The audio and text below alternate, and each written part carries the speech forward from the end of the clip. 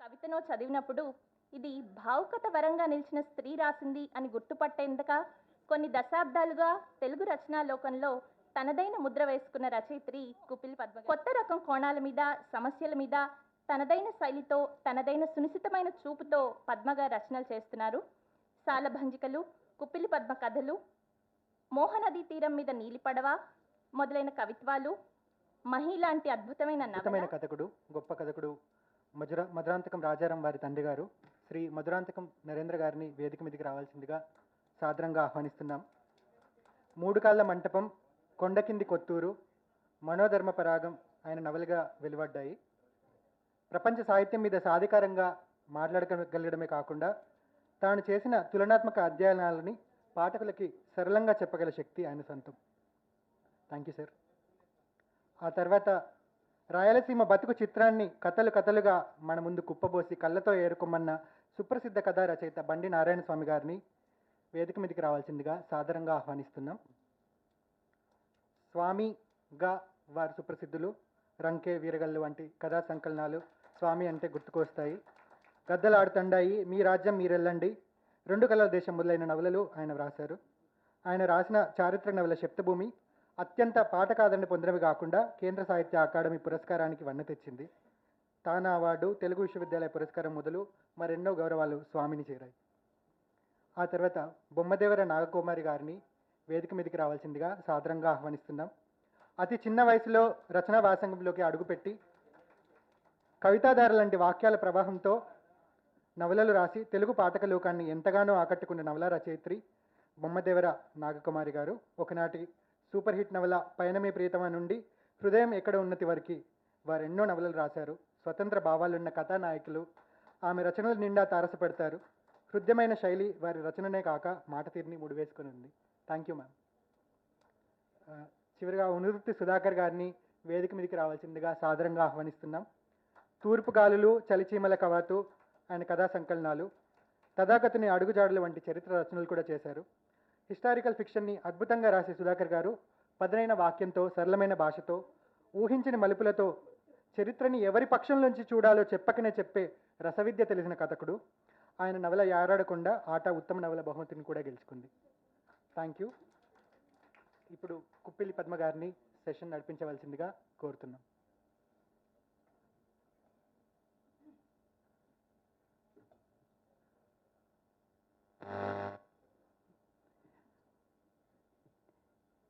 ఇక్కడ ఆసీనులైన పెద్దలందరికీ నమస్కరిస్తున్నాను.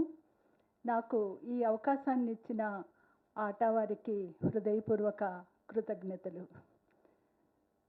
ఎప్పుడూ కూడా మనం ఏ రచయితల్ని ఎక్కువ ఇష్టపడతామో, ఎవరి రచనలు చూసి మనం చాలా ఇన్స్పైర్ అవుతామో, ఎవరి రచనల్ని చదివి మనం ఒక జీవితానికి ఒక వెలుగైన బాటని వేసుకుంటామో అటువంటి సహృదయులైన రచయితలు, దర్శకులు, పాఠకులు అనేక మంది నిండి ఉన్న ఈ ప్రాంగణంలో ఈరోజు ఇక్కడ నిలబడి నవల గురించి మాట్లాడటం అంటే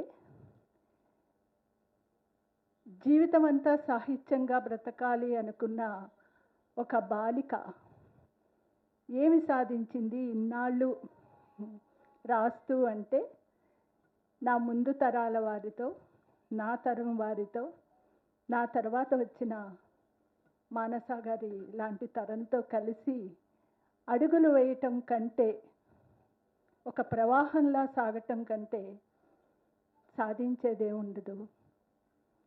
ఊపిరికి మాస్క్ వేసుకున్న ఈ సమాజంలో, ఈ సందర్భంలో మనం అసలు సిసలైన ఊపిరి ఈ స్నేహాలే, ఈ సాహిత్యమే.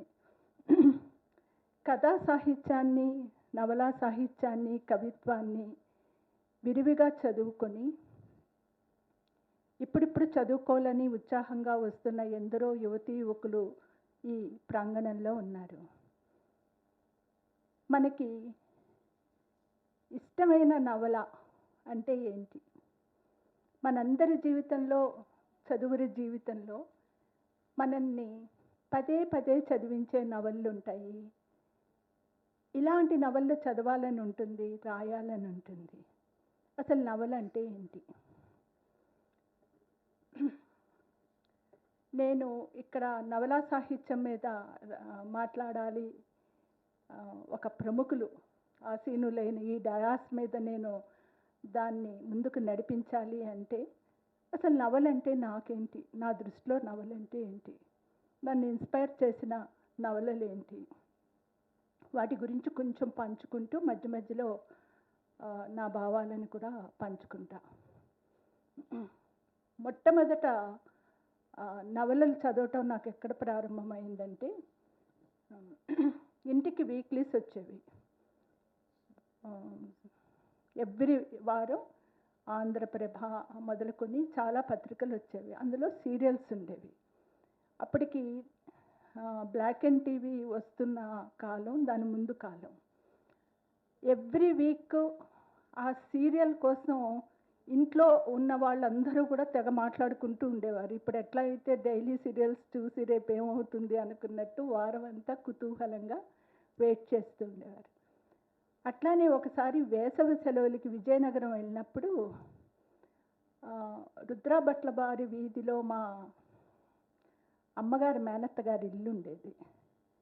వాళ్ళ ఇంట్లో ఒక గది ఉండేది, పుస్తకాల గది. దాని నిండా పుస్తకాలే ఉంటాయి. ఒక చిన్న కిటికీ మట్టుకు వీధికి ఉంటుంది. అవి ఆ ఏజ్కి చదవచ్చా చదవకూడదా అర్థమవుతుందా ఇదంతా నాకు తెలియదు, కానీ అక్కడున్న ప్రతి పుస్తకాన్ని ఆ వేసవి సెలవులంతా నేను చదివేశా. అందులో శరత్ సాహిత్యం ఉంది, చలంగారు సాహిత్యం ఉంది, కొవ్వల గారి నవలలు ఉన్నాయి, యువలు ఉన్నాయి, చాలా పుస్తకాలు ఉన్నాయి, చందమామలు అన్నీ చదివేశా. అసలు ప్రతిసారి ఎప్పుడు వేసవి సెలవులు వస్తాయా, ఎప్పుడు వెళ్ళి చదువుతావా అనేది అత్యంత కుతూహలం. అలాగ మనం చదువుకుంటూ వస్తున్న కాలంలో అసలు ఈ నవల ఎక్కడ స్టార్ట్ అయ్యింది అని చూసినప్పుడు మొట్టమొదటి నవల ఆల్మోస్ట్ ఇంగ్లీష్లో వచ్చిన కాలంలోనే భారతదేశంలో తెలుగులో ఒక నవల వచ్చింది. ఆ తర్వాత సంపూర్ణమైన నవలగా అనుకుంది రాజశేఖర్ చరిత్ర కందుకూరి వీరేశలింగం గారు రాసింది. ఆ నవలని చదివినప్పుడు, మొదటి నవల నేను చదవలేదు, నాకు దొరకలేదు.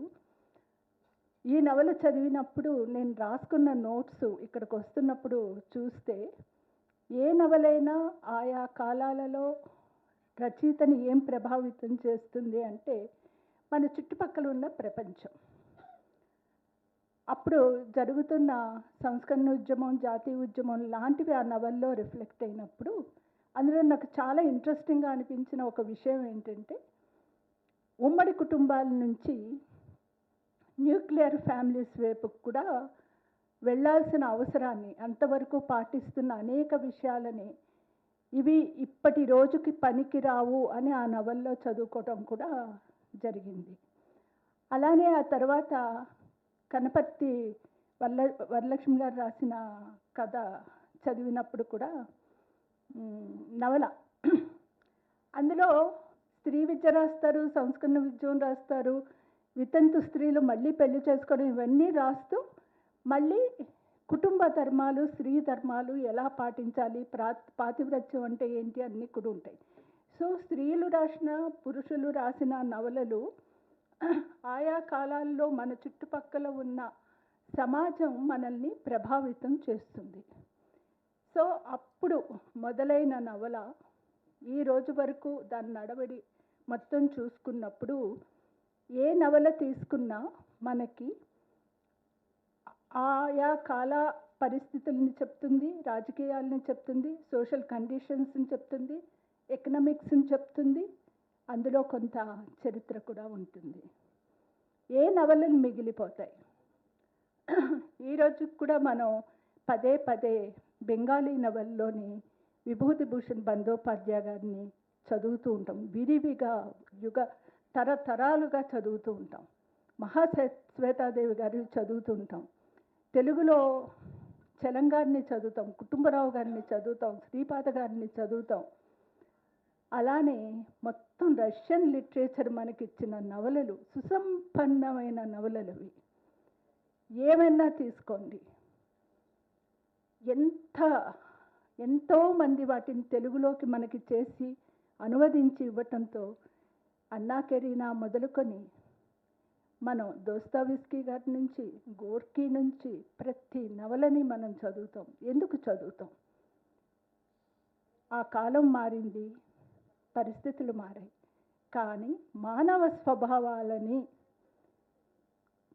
ఒక సంపూర్ణ కలసంగా ఉండే మానవ సంబంధాల్లో బ్లాక్ అండ్ వైట్గా కాకుండా లేయర్స్గా మనకు అందించిన నవలల్ని మనం పదే పదే చదువుతాం. ఈ లాక్డౌన్లో కూడా నువ్వేం చేసావు ఆ టైంలో నన్ను ఎవరైనా అడిగితే నేను పాత క్లాసిక్స్ నవలన్నీ తీసి చదివా. అందులో మనకెంతో ఇష్టమైన నవళ్ళు, నేను చిన్నప్పుడు చాలా ఇష్టంగా చదువుకున్న గాన్ విత్ ద విండ్ మళ్ళీ మళ్ళీ చదువుకున్నా, ప్రైడ్ అండ్ ప్రిజుడిస్ చదువుకున్నా. ఎందుకంటే అందులో మనల్ని కట్టి పడివేసే ఒక జీవన దారి ఉంటుంది, జీవితం ఉంటుంది, సౌందర్యం ఉంటుంది, ఫిలాసఫీ ఉంటుంది. ఇవి ఏమీ లేని నవళ్ళు కాలానికి నిలబడలేవు. ఈ మధ్య వచ్చిన నవల్లో అత్యంత గొప్ప నవలలు, ఇప్పుడు కాదు కొన్ని సంవత్సరాల తర్వాత కూడా వాటిని మళ్ళీ మళ్ళీ తెలుగు పాఠకులు చదువుకునే నవలల్ని ఈ వేదిక మీద ఉన్న స్వామి గారు, సుధాకర్ గారు, నరేంద్ర గారు, ఇక్కడ లేని మన సన్నపిరెడ్డి గారు మనకు అందించారు. అట్టాడ అప్పలనాయుడు గారు రాసిన బహుళ నవల కూడా ఆయా కాల పరిస్థితుల్ని, ఆ ప్రాంతాన్ని పట్టించిన నవల. ఇటువంటి నవలల్ని మనం చదువుతూ ఒక పక్క జీవితాన్ని రిఫ్లెక్ట్ చేసే నవలలు లేదా నిలిచిపోయే నవలలు, ఒక భావజాలంతో నిమిత్తం ఉన్న నవలలు ఒకవైపు వస్తుంటే, ఒక సందర్భంలో చాలా చోట్ల అంటే కమ్యూనిస్టు పార్టీ విషయాలలో మార్క్సిస్ట్ ఫిలాసఫీ ఇవన్నీ కొంచెం రష్యా స్వప్నాలు కూలిపోయిన టైంలో తెలుగు సాహిత్యంలో ఒక స్తబ్దత వచ్చినప్పుడు కథా సాహిత్యాన్ని ముందుకు తీసుకువెళ్ళాలి అనే ప్రయత్నంలో చూసినప్పుడు కథలు నడిపించే వాళ్ళు ముందుకొచ్చారు. వాసిరెడ్డి నవీన్ గారు, పాపినేని శివశంకర్ గారు ఇస్తున్న కథా సాహిత్యంలో వాళ్ళు ఒక దృక్పథాన్ని, ఒక దారిని మనకి అందించారు. అదే టైంలో దానికంటే కొంచెం ముందు నుంచి కూడా మనకెప్పుడూ కూడా పత్రికల్లో అందరికీ అర్థమయ్యేటట్టు, ముఖ్యంగా స్త్రీలకి బాగా అర్థమయ్యేటట్టు, వాళ్ళు అందులో మమేకమైనట్టు, వాళ్ళు చూసుకునేటట్టు మనకి పాపులర్ నవల అనే ఒక ట్యాగ్తో వచ్చిన నవలలు బోల్డ్ ఉన్నాయి. అవి మన ఎద్దనపూడి సులోచనారాణి గారిని చదవని ఒక 2-3 జనరేషన్ స్త్రీలు ఎవరు ఉండుండరు. ఎందుకు అంటే నవల చదవటానికి మొదలుపెట్టినప్పుడు నైట్ అవుట్లు కూడా చేసి చదివించే అంత ఒక ఎలక్ట్రిఫైయింగ్గా ఆడవాళ్ళని, ముఖ్యంగా స్త్రీలని చదువర్లిగా తయారు చేయటమే కాకుండా ఒక ఆత్మగౌరవంగా ఎలా నిలబడాలి ఆ సొసైటీలో అనేది కూడా సులోచనారాణి గారి నవలలు చదివినప్పుడు మాకు అందుతాయి. అదే టైంలో ఆవిడ అందించిన కళలు పట్ల, ఆవిడ వేసిన పాత్రల పట్ల కూడా చాలా చాలా కాంట్రవర్సీ కూడా ఉంది, ఒక విమర్శ కూడా ఉంది. కానీ మనుషులందరూ కూడా మొదటి నుంచి ఎట్లా చదవాలి, ఏం చదవకూడదు, ఏది అవసరం ఏది కాదు అని ప్రతి వారికి ఒక దారి, పుస్తకాలు చదవటానికి దారి వేసే కుటుంబాలు పూర్తిగా ఉండకపోవచ్చు, పూర్తిగా పాఠశాలలు ఉండకపోవచ్చు, కాలేజెస్ ఉండకపోవచ్చు. మనకు అందుబాటులో ఉన్నప్పుడు సాహిత్యాన్ని చదువుకొని వాటి నుంచి ఒక సంతోషాన్నో ఒక మెలకువను తెచ్చుకున్న పాఠకులు కూడా ఎంతోమంది ఉన్నారు. అదే టైంలో చాలామంది స్త్రీలు రాయటం మొదలుపెట్టాక, అంటే చదవడమే కాదు రాయటం మొదలుపెట్టాక అనేక మంది నవలలు వచ్చాయి. విధి విన్యాసాల నవల ఎవరికైనా గుర్తుండుంటే అది తహసీల్దార్ గారు అమ్మాయి అనే ఒక సినిమా కూడా వచ్చింది. ఆ పరంపర కొనసాగుతూ ఉన్నప్పుడు ఆ టైంలో వచ్చిన నవలలు చాలా ఉన్నాయి. జీవితం ఏమిటి, ఇట్లా వాటికి ఒక కొనసాగింపుగా ఆ దారిలో ఒక అందరినీ ఆకట్టుకునేటట్టు వచ్చే నవలలు రాసే రచయిత్రుల్లో బొమ్మదేవర నాగకుమారి గారు కూడా ఉన్నారు. ఆమె ఈ మధ్య ఒక నవల రాశారు, చాలా సంవత్సరాల తర్వాత నాకు అర్థమైనంత వరకు అది కన్నడలో కూడా ట్రాన్స్లేట్ అయ్యింది. అయితే ఇప్పుడు ఎక్కువ మంది నవలలు ఎందుకు రాయట్లేదు? మంది ఇన్స్టెంట్ గ్రాటిఫికేషన్ జనరేషన్. సో ఇప్పుడు నాకు ఒక సంఘటన జరిగిన, ఒక చిన్న భావోద్వేగం కదిలిన, నేను వెంటనే ఓ పోయం రాసేసి ఫేస్బుక్లో పెట్టి ఆ రోజు వచ్చిన లైక్స్ కామెంట్స్ చూసి చూడగానే నా హ్యాపీ హార్మోన్స్ సాటిస్ఫై, రాత్రి హ్యాపీగా నిద్రపోతా. పోయం రాయటం కంటే కథకి కొంచెం టైం పెట్టాలి. ఒక ఇన్సిడెంట్ జరిగినప్పుడు మన పత్రికల్లో వచ్చేది 3 పేజీలు 4 పేజీల కథలు, ఇంకొంచెం పెద్ద కథలు రాయటానికి, అందులో ఇమర్చడానికి, మనకి ఇచ్చిన స్పేస్లో ఇమర్చడానికి కూడా మనకు చాలా క్రియేటివ్ ఛాలెంజ్ అది. మనం నిష్ఠూరం ఆడక్కర్లా, మనం 3 పేజీలు ఇచ్చారు, 4 పేజీలు ఇచ్చారు, 2 పేజీలు ఇచ్చారు, ఎట్లా మనం రాస్తాం. It's a creative challenge. ఇదేమీ లేకుండా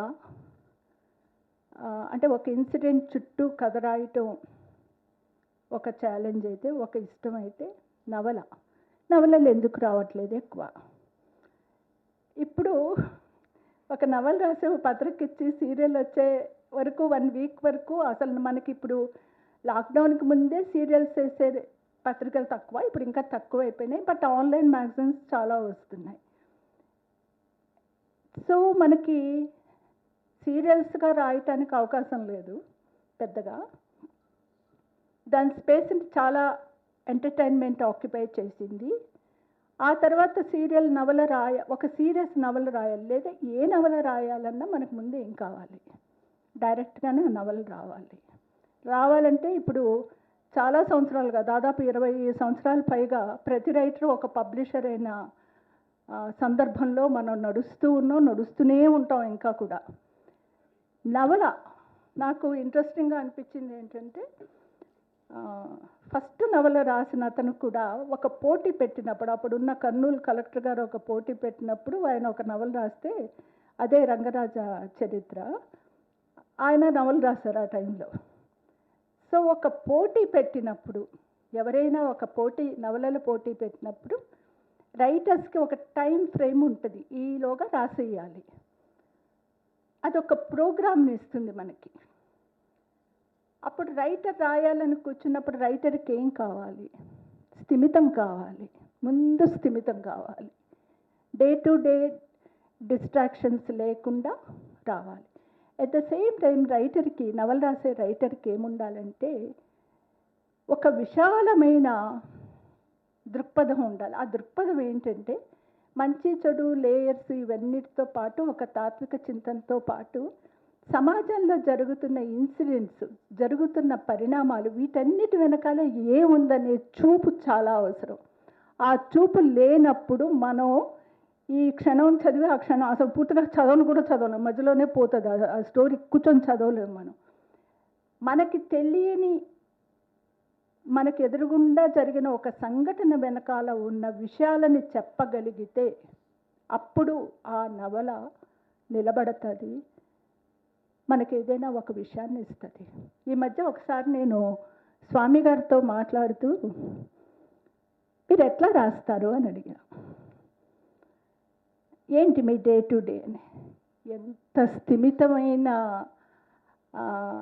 స్థిమితంగా అని చెప్పారు. ఎంత ఆలోచన! నిజంగా చెప్తున్నాను, ఈ రైటర్స్ అందరూ కూడా మనకి రాసిచ్చిన దాంట్లో మన అక్షరాలని చూస్తున్నాం, కానీ వాళ్ళ జీవితంలో, వాళ్ళ గుండెల్లో, వాళ్ళకి సమాజం పట్ల, రైటింగ్ పట్ల ఎంత ప్రేమ అంటే అంత ప్రేమ. వాళ్ళందరికీ ఒకసారి చప్పట్లు కొట్టాలి మనం. అలానే నరేంద్ర గారు, నేను మొన్న నరేంద్ర గారు రాసిన నవల చదివా. ఆయన కథలన్నీ ఎప్పుడూ చదువుతూ ఉంటా. నాకు మహేంద్ర గుర్తొచ్చారు. నాకు మహేంద్ర చాలా ఇష్టమైన రైటరు. వాళ్ళ నాన్నగారు రాజారాం గారు గుర్తొచ్చారు బాగా. ఎందుకు గుర్తొచ్చారు అంటే మహేంద్రలో ఉన్న ఒక స్థిమితం, మానవ సంబంధాల పట్ల రాజారాం గారికి ఉన్న ఒక అనంతమైన వాత్సల్యం, ఆ రెండు మిక్స్ అయ్యి ఆ నవల చదువుతున్నప్పుడు, నరేంద్ర గారి పుస్తకం చదువుతున్నప్పుడు నాకు వాళ్ళిద్దరూ కలిసినప్పుడు వారసత్వం అంటే డబ్బులు, ధనము, కీర్తి ఇవి కాదు. మన తోబుట్టువులు, మన తండ్రులు, మన గురువులు, మనకు తెలిసిన వాళ్ళ ఆత్మని మన అక్షరాల్లోకి తేవటం, అది నరేంద్ర గారి దగ్గర చూసా. Thank you so much sir. అలానే సుధాకర్ గారు ఈ మధ్య రాసిన నవల చదివినప్పుడు ఆ తూర్పు కొండ చాలా ఇష్టం. మనకి తూర్పు కొండ అంటే నాకు చాలా ఇష్టం. నా బాల్యం అంతా అక్కడే జరిగింది. భీమిలి, ఏరాడకొండ, ఇవన్నీ నేను చిన్నప్పుడు ఎప్పుడో ఏరాడకొండను తరుగుతూ ఉంటే ఇది ఒకరోజు మాయమైపోతుందా అనుకునేదాన్ని. అక్కడ ఉన్న జీవితము, అక్కడ ఉన్న ప్రజల జీవితాన్ని ఎట్లా పట్టించారు. ఆ నవల చదివాక మనం మర్చిపోతామా? ఆ విషయాలను చూడటానికి మనం వెళ్తాం కదా, ఆ ప్రాంతాలను చూడటానికి. ఎట్లా అయితే విభూతి భూషణ్ బందోపాధ్యాయ మనకిచ్చిన నవలలను చదివి ఆ నవలలు ఎక్కడైతే రాశారో ఆ ప్రాంతాలను చూడటానికి ఎంతోమంది వెళ్తారు. ఒక టూరు వేసుకొని వెళ్తారు. ప్రొఫెసర్స్, స్టూడెంట్స్ చాలామంది వెళ్తారు. ఒక అప్పు ఎక్కడున్నాడు, ఒక దుర్గ ఎక్కడ ఉంది, యుగడ ప్రసాద్ ఎక్కడి నుంచి వచ్చారు, ఇవన్నీ చూడటానికి. అలానే 100 Years Solitude చదివినప్పుడు ఆ గ్రామాన్ని మనకి ఆయన రాసినప్పుడు దాన్ని కూడా ఒక టూరిజంగా ఇచ్చారు. ఇన్ని విషయాలు నేను మాట్లాడాను. ఇప్పుడు ఇక్కడ ఉన్న వాళ్ళందరూ వాళ్ళ అనుభవాల్ని మనతో పంచుకుంటారు. కొంచెం ఎక్కువ మాట్లాడానేమో. ముందుగా స్వామి గారిని వచ్చి మాట్లాడమని కోరుతున్నాను.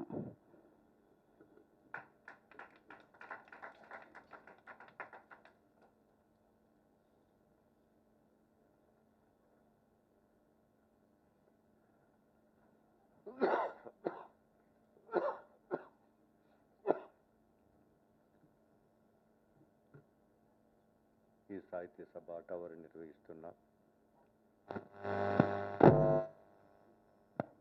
ఈ సాహితీ సభకు అధ్యక్షత వహిస్తున్న కుప్పిలి పద్మ గారికి, నా స్నేహితులు నరేంద్ర గారికి, అదే నా కొత్త స్నేహితుడు ఉణిదుర్తి గారికి, బొమ్మదేవరి గారికి, అందరికీ కూడాను నా నమస్కారాలు తెలియజేసుకుంటూ ఉన్నా. మొన్న కడప వరదల్లో పర్యటించడం వల్ల అది కొంచెం ఆ గాలి వల్ల కొంచెం వైరల్ ఇన్ఫెక్షన్ వచ్చింది. కాబట్టి మధ్య మధ్యలో దగ్గుతాను, అంతరాయానికి ఏమనుకోకండి.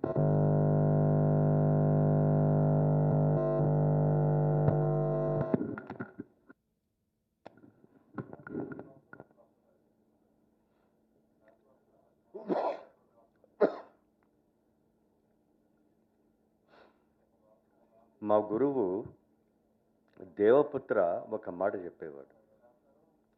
ఏమిటంటే, కథ రాయడం అనేది తాడు మీద నడవడం లాంటిది. కథ రాయడం అనేది తాడు మీద నడవడం లాంటిది. నవల రాయడం అనేది ఒక విశాలమైన మైదానంలో గుర్రపు స్వారీ చేయడం లాంటిది.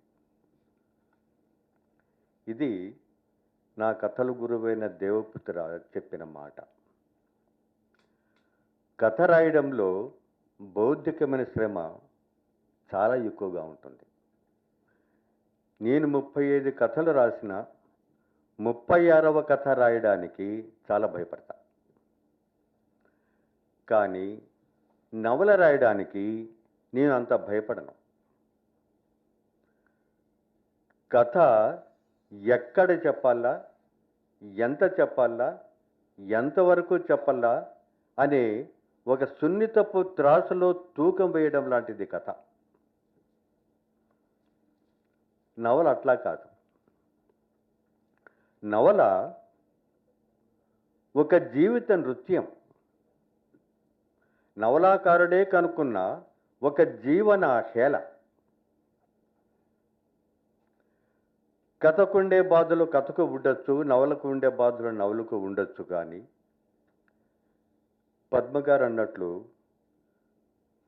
అన్ని భాషల్లో వచ్చినంత విరివిగా నవలలు తెలుగు సాహిత్యంలో ఎందుకు రావడం లేదు? ఈ మధ్య నవలలు బాగా రాయగలిగిన వాళ్ళు వస్తున్నారు.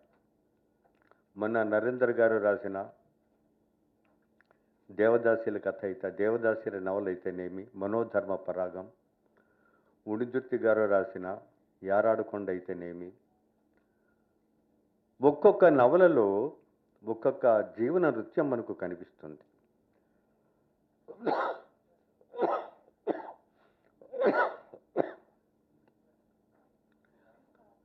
ఏమిటి నీళ్ళతో సంబంధం లేదు దగ్గు, వైరల్. నీళ్ళతో సంబంధం లేని దగ్గు ఇది, వైరల్. మాకు రాక రాయలసీమకు వరదలు తుఫాన్లు వచ్చినాయి కాబట్టి మాకు అలవాటు లేదు ఆ తుఫాన్లు అవన్నీ ఎదుర్కోవడము. అందుకని వైరల్ దగ్గు తెచ్చుకున్నా. మొన్న రాసిన సప్తభూమి గురించి ఒక 4 మాటలు మాట్లాడితే బాగుంటుంది అని మన రవి గారు సలహా ఇచ్చినారు మాట్లాడుతూ ఉన్నప్పుడు. ఆయన కోరిక మేరకు క్లుప్తంగా ఒక 4 మాటలు మాట్లాడతారు.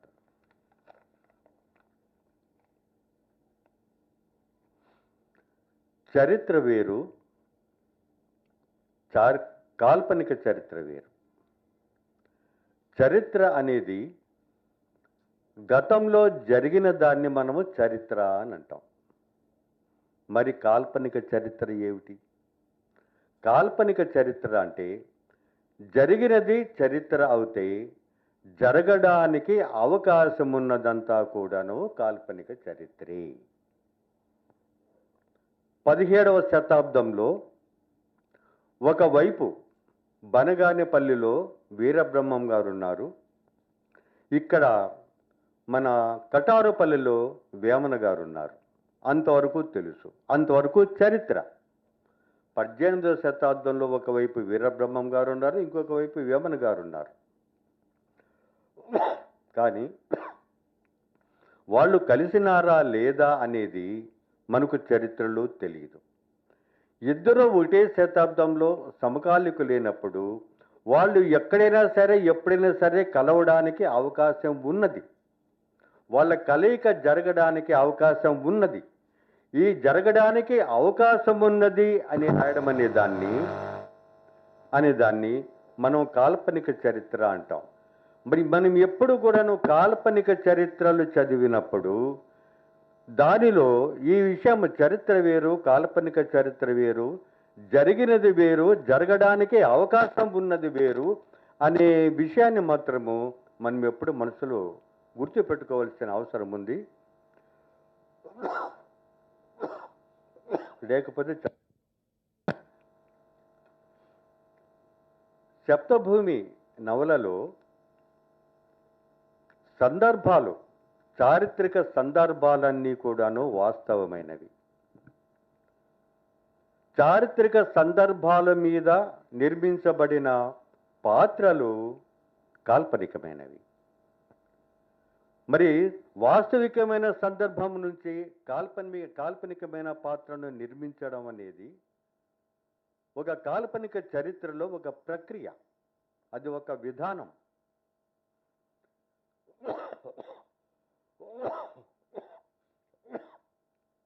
ఈ విధానంలో 18వ శతాబ్దాన్ని కుప్పబోసుకొని, పుస్తకాలన్నీ కుప్పబోసుకొని 1 సంవత్సరం పాటు చదువుతూ నోట్స్ తయారు చేసుకుంటూ ఉంటే 18వ శతాబ్దం గురించి జరిగిన దానివల్ల, జరిగిన సంఘటనల వల్ల, జరిగిన సందర్భాల వల్ల ఒక కథ తయారవుతుంది మనసులో. ఏ విధమైన సందర్భాలు, అవి సందర్భాలు ఎట్లా ఉంటాయి అంటే, మనము చరిత్రలో కృష్ణదేవరాయల కథ రాయొచ్చు, ఝాన్సీ లక్ష్మీబాయి కథ రాయొచ్చు, రుద్రమదేవి గారి గురించిన కథలు రాయొచ్చు. ఎందుకంటే మనకు చరిత్రలో రికార్డుగా దొరుకుతాయి. రాజుల కథలు కానీ, రాణుల కథలు కానీ మనకు రికార్డుగా దొరుకుతాయి అవి. కానీ సామాన్యుల యొక్క పాలకుల యొక్క జీవిత విశేషాలు మనకు నమూనాలుగా దొరికినట్లుగా పరిపాలింపబడిన సామాన్య ప్రజల జీవితాల నమూనాలు చరిత్రలో మనకు దొరకవు. ప్రజల కథలు మనకు కనపడవు. శ్రీకృష్ణదేవరాయల కథ కనిపిస్తుంది కానీ మనకి శ్రీకృష్ణదేవరాయల కాలంలో ఆయన చేత పరిపాలించబడిన ప్రజల కథలు కనిపించవు, అంటే సామాన్యుల కథలు కనిపించవు. ఇటువంటప్పుడు మనకు సందర్భాలు మాత్రం తెలుస్తాయి. పలానా యుద్ధంలో ఒక సంఘటన జరిగింది, ఆ సంఘటన జరిగేది మనకు తెలుస్తుంది. కానీ ఆ సంఘటనలోని సామాన్యుడి పాత్ర గురించి ఎప్పుడు రికార్డుగా ఉండదు చరిత్రలో. మరి సామాన్యులకు సంబంధించిన ఈ సందర్భాలన్నీ అన్నిటినీ కూడా మనము కుప్ప వేసుకున్నప్పుడు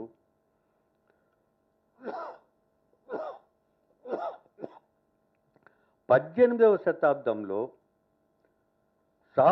సామాన్యుల గురించి నా సందర్భాలను కుప్ప వేసుకున్నప్పుడు ఒక కథ తయారైంది.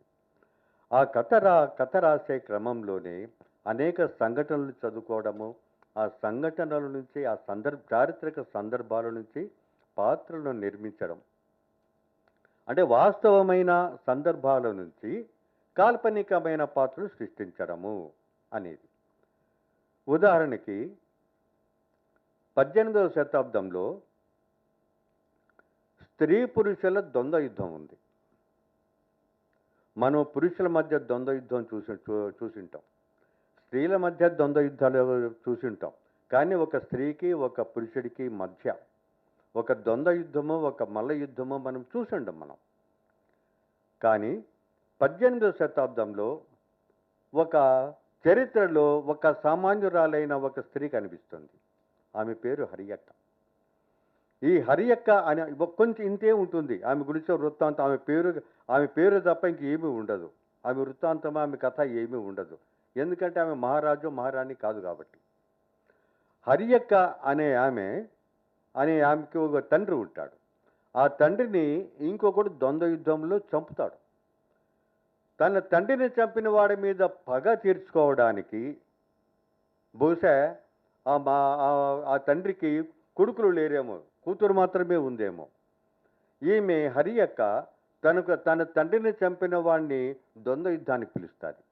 ద్వంద్వ యుద్ధానికి పిలిచి వాడితో మల్ల యుద్ధం చేసి వాడిని చంపి వాడిని రణం కొడుపు అని ఒక కార్యక్రమాన్ని వాడి చేత నిర్వహిస్తారు. అంటే ఇంతవరకే మనకు తెలుసు. హరియక్క అనే ఒక సామాన్యురాలు ఉండేది. ఆ సామాన్యురాలు తన తండ్రిని చంపిన వాడి మీద పగ తీర్చుకోవడానికి ఒక వీరునితో ద్వంద్వ యుద్ధం చేసింది అనేది మాత్రమే మనకు కనిపిస్తుంది. ఈ సందర్భం నుంచి హరియక్క అనే పాత్ర ఒకటి కల్పితమవుతుంది. అదేవిధంగా ఈ రణం కుడుపు అనేది 17వ శతాబ్దంలో కాకతీయుల కాలంలో రణం కుడుపు అనేది ఒకటి ఉండేది. కొంతమంది వినింటాం. ఈ రణం కుడుపు అనేది దాదాపుగా అంతర్ధానమవుతూ వచ్చింది. కానీ 17వ శతాబ్దంలో సిద్ధవటం కోటను పరిపాలించిన ఒక రాజు మళ్ళీ ఈ రణం కుడుపు అనే దాన్ని ప్రవేశపెడతాడు. రణం కుడుపు అంటే ఇద్దరు ద్వంద్వ యుద్ధం చేసినప్పుడు ఆ ద్వంద్వ యుద్ధంలో ఓడిపోయిన వాడి మీద సర్వ హక్కులు గెలిచిన వాడికి ఉంటాయి.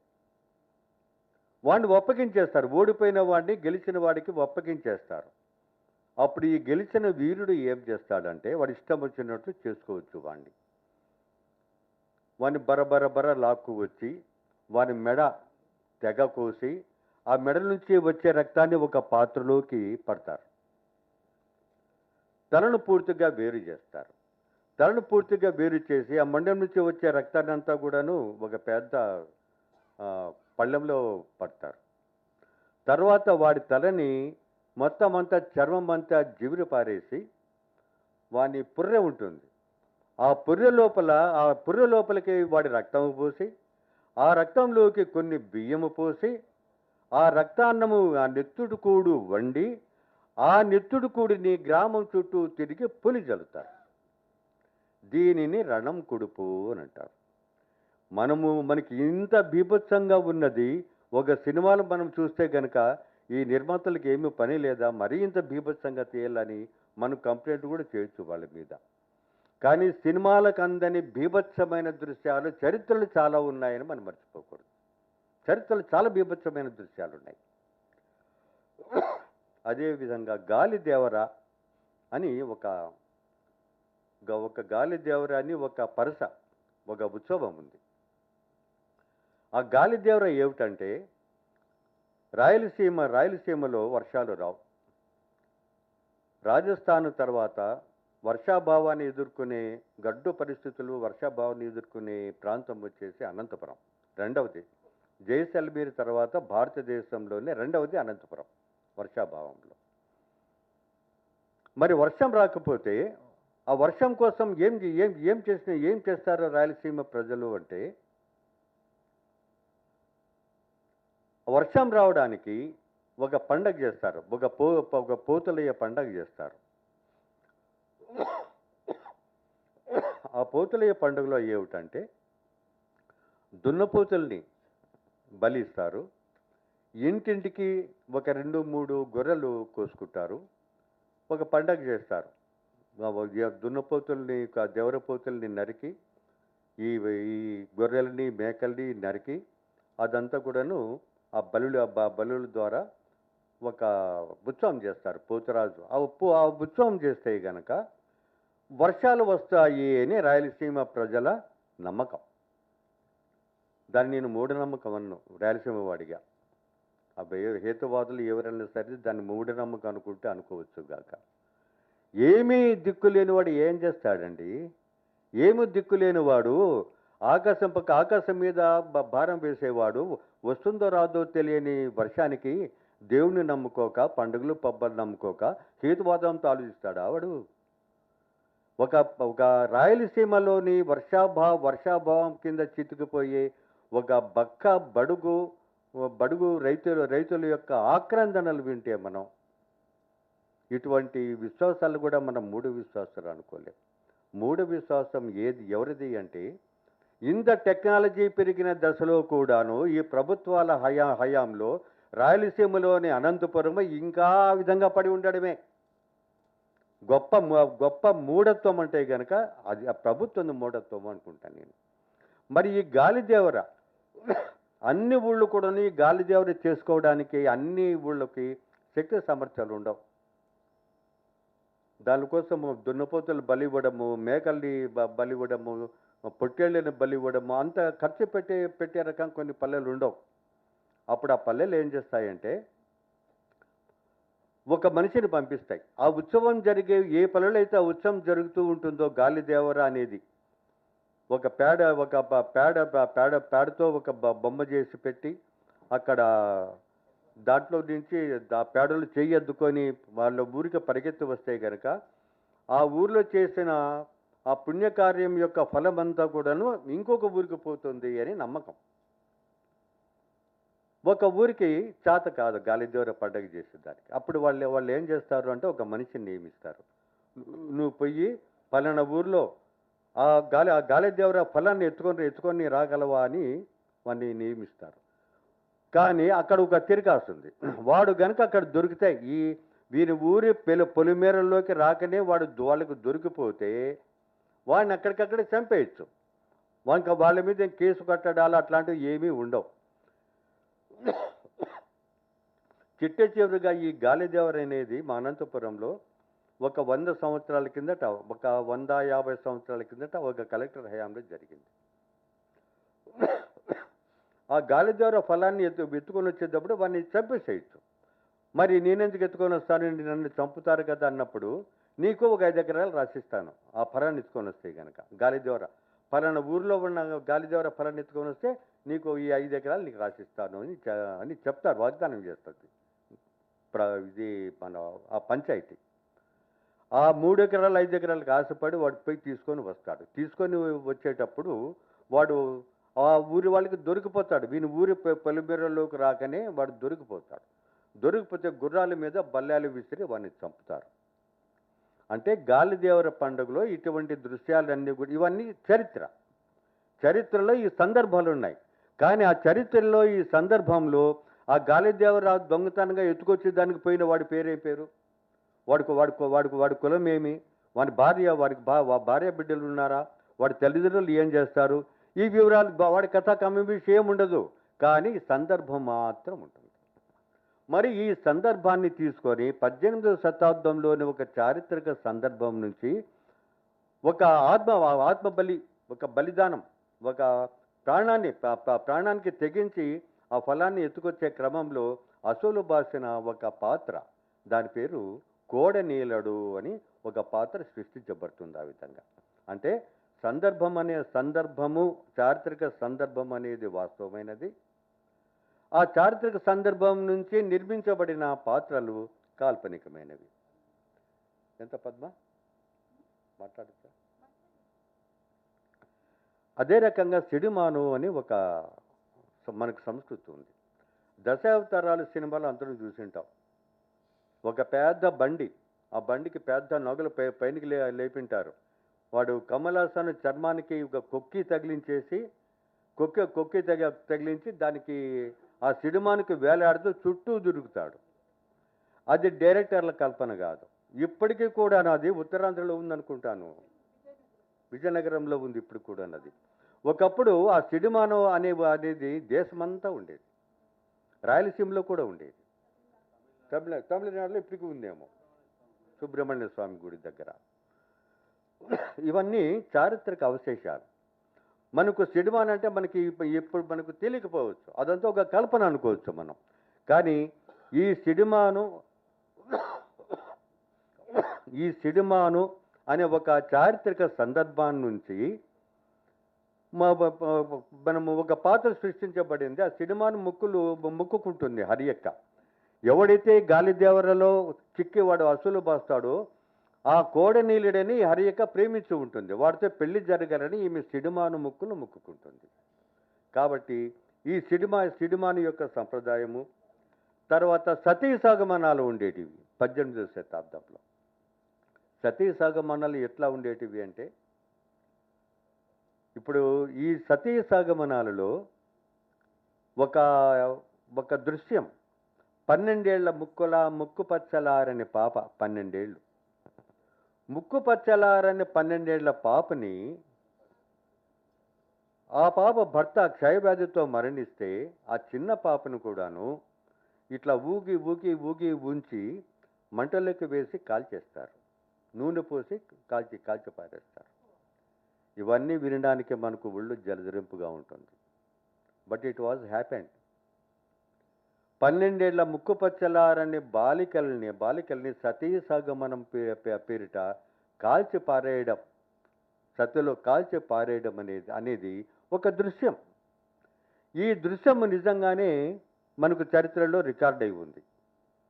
అదే రకంగా ఆరుద్ర గారి సమగ్రాంధ్ర సాహిత్యం, మహానుభావుడు ఎక్కడున్నాడో కానీ సమగ్రాంధ్ర సాహిత్యము రాసిన ఆరుద్ర గారు మన తెలుగు భాషకు, తెలుగు సాహిత్యానికి, తెలుగు రాజకీయ చరిత్రకు చేసిన మేలు మనం ఆంధ్రులు ఎప్పుడు కూడా మరవకూడదు.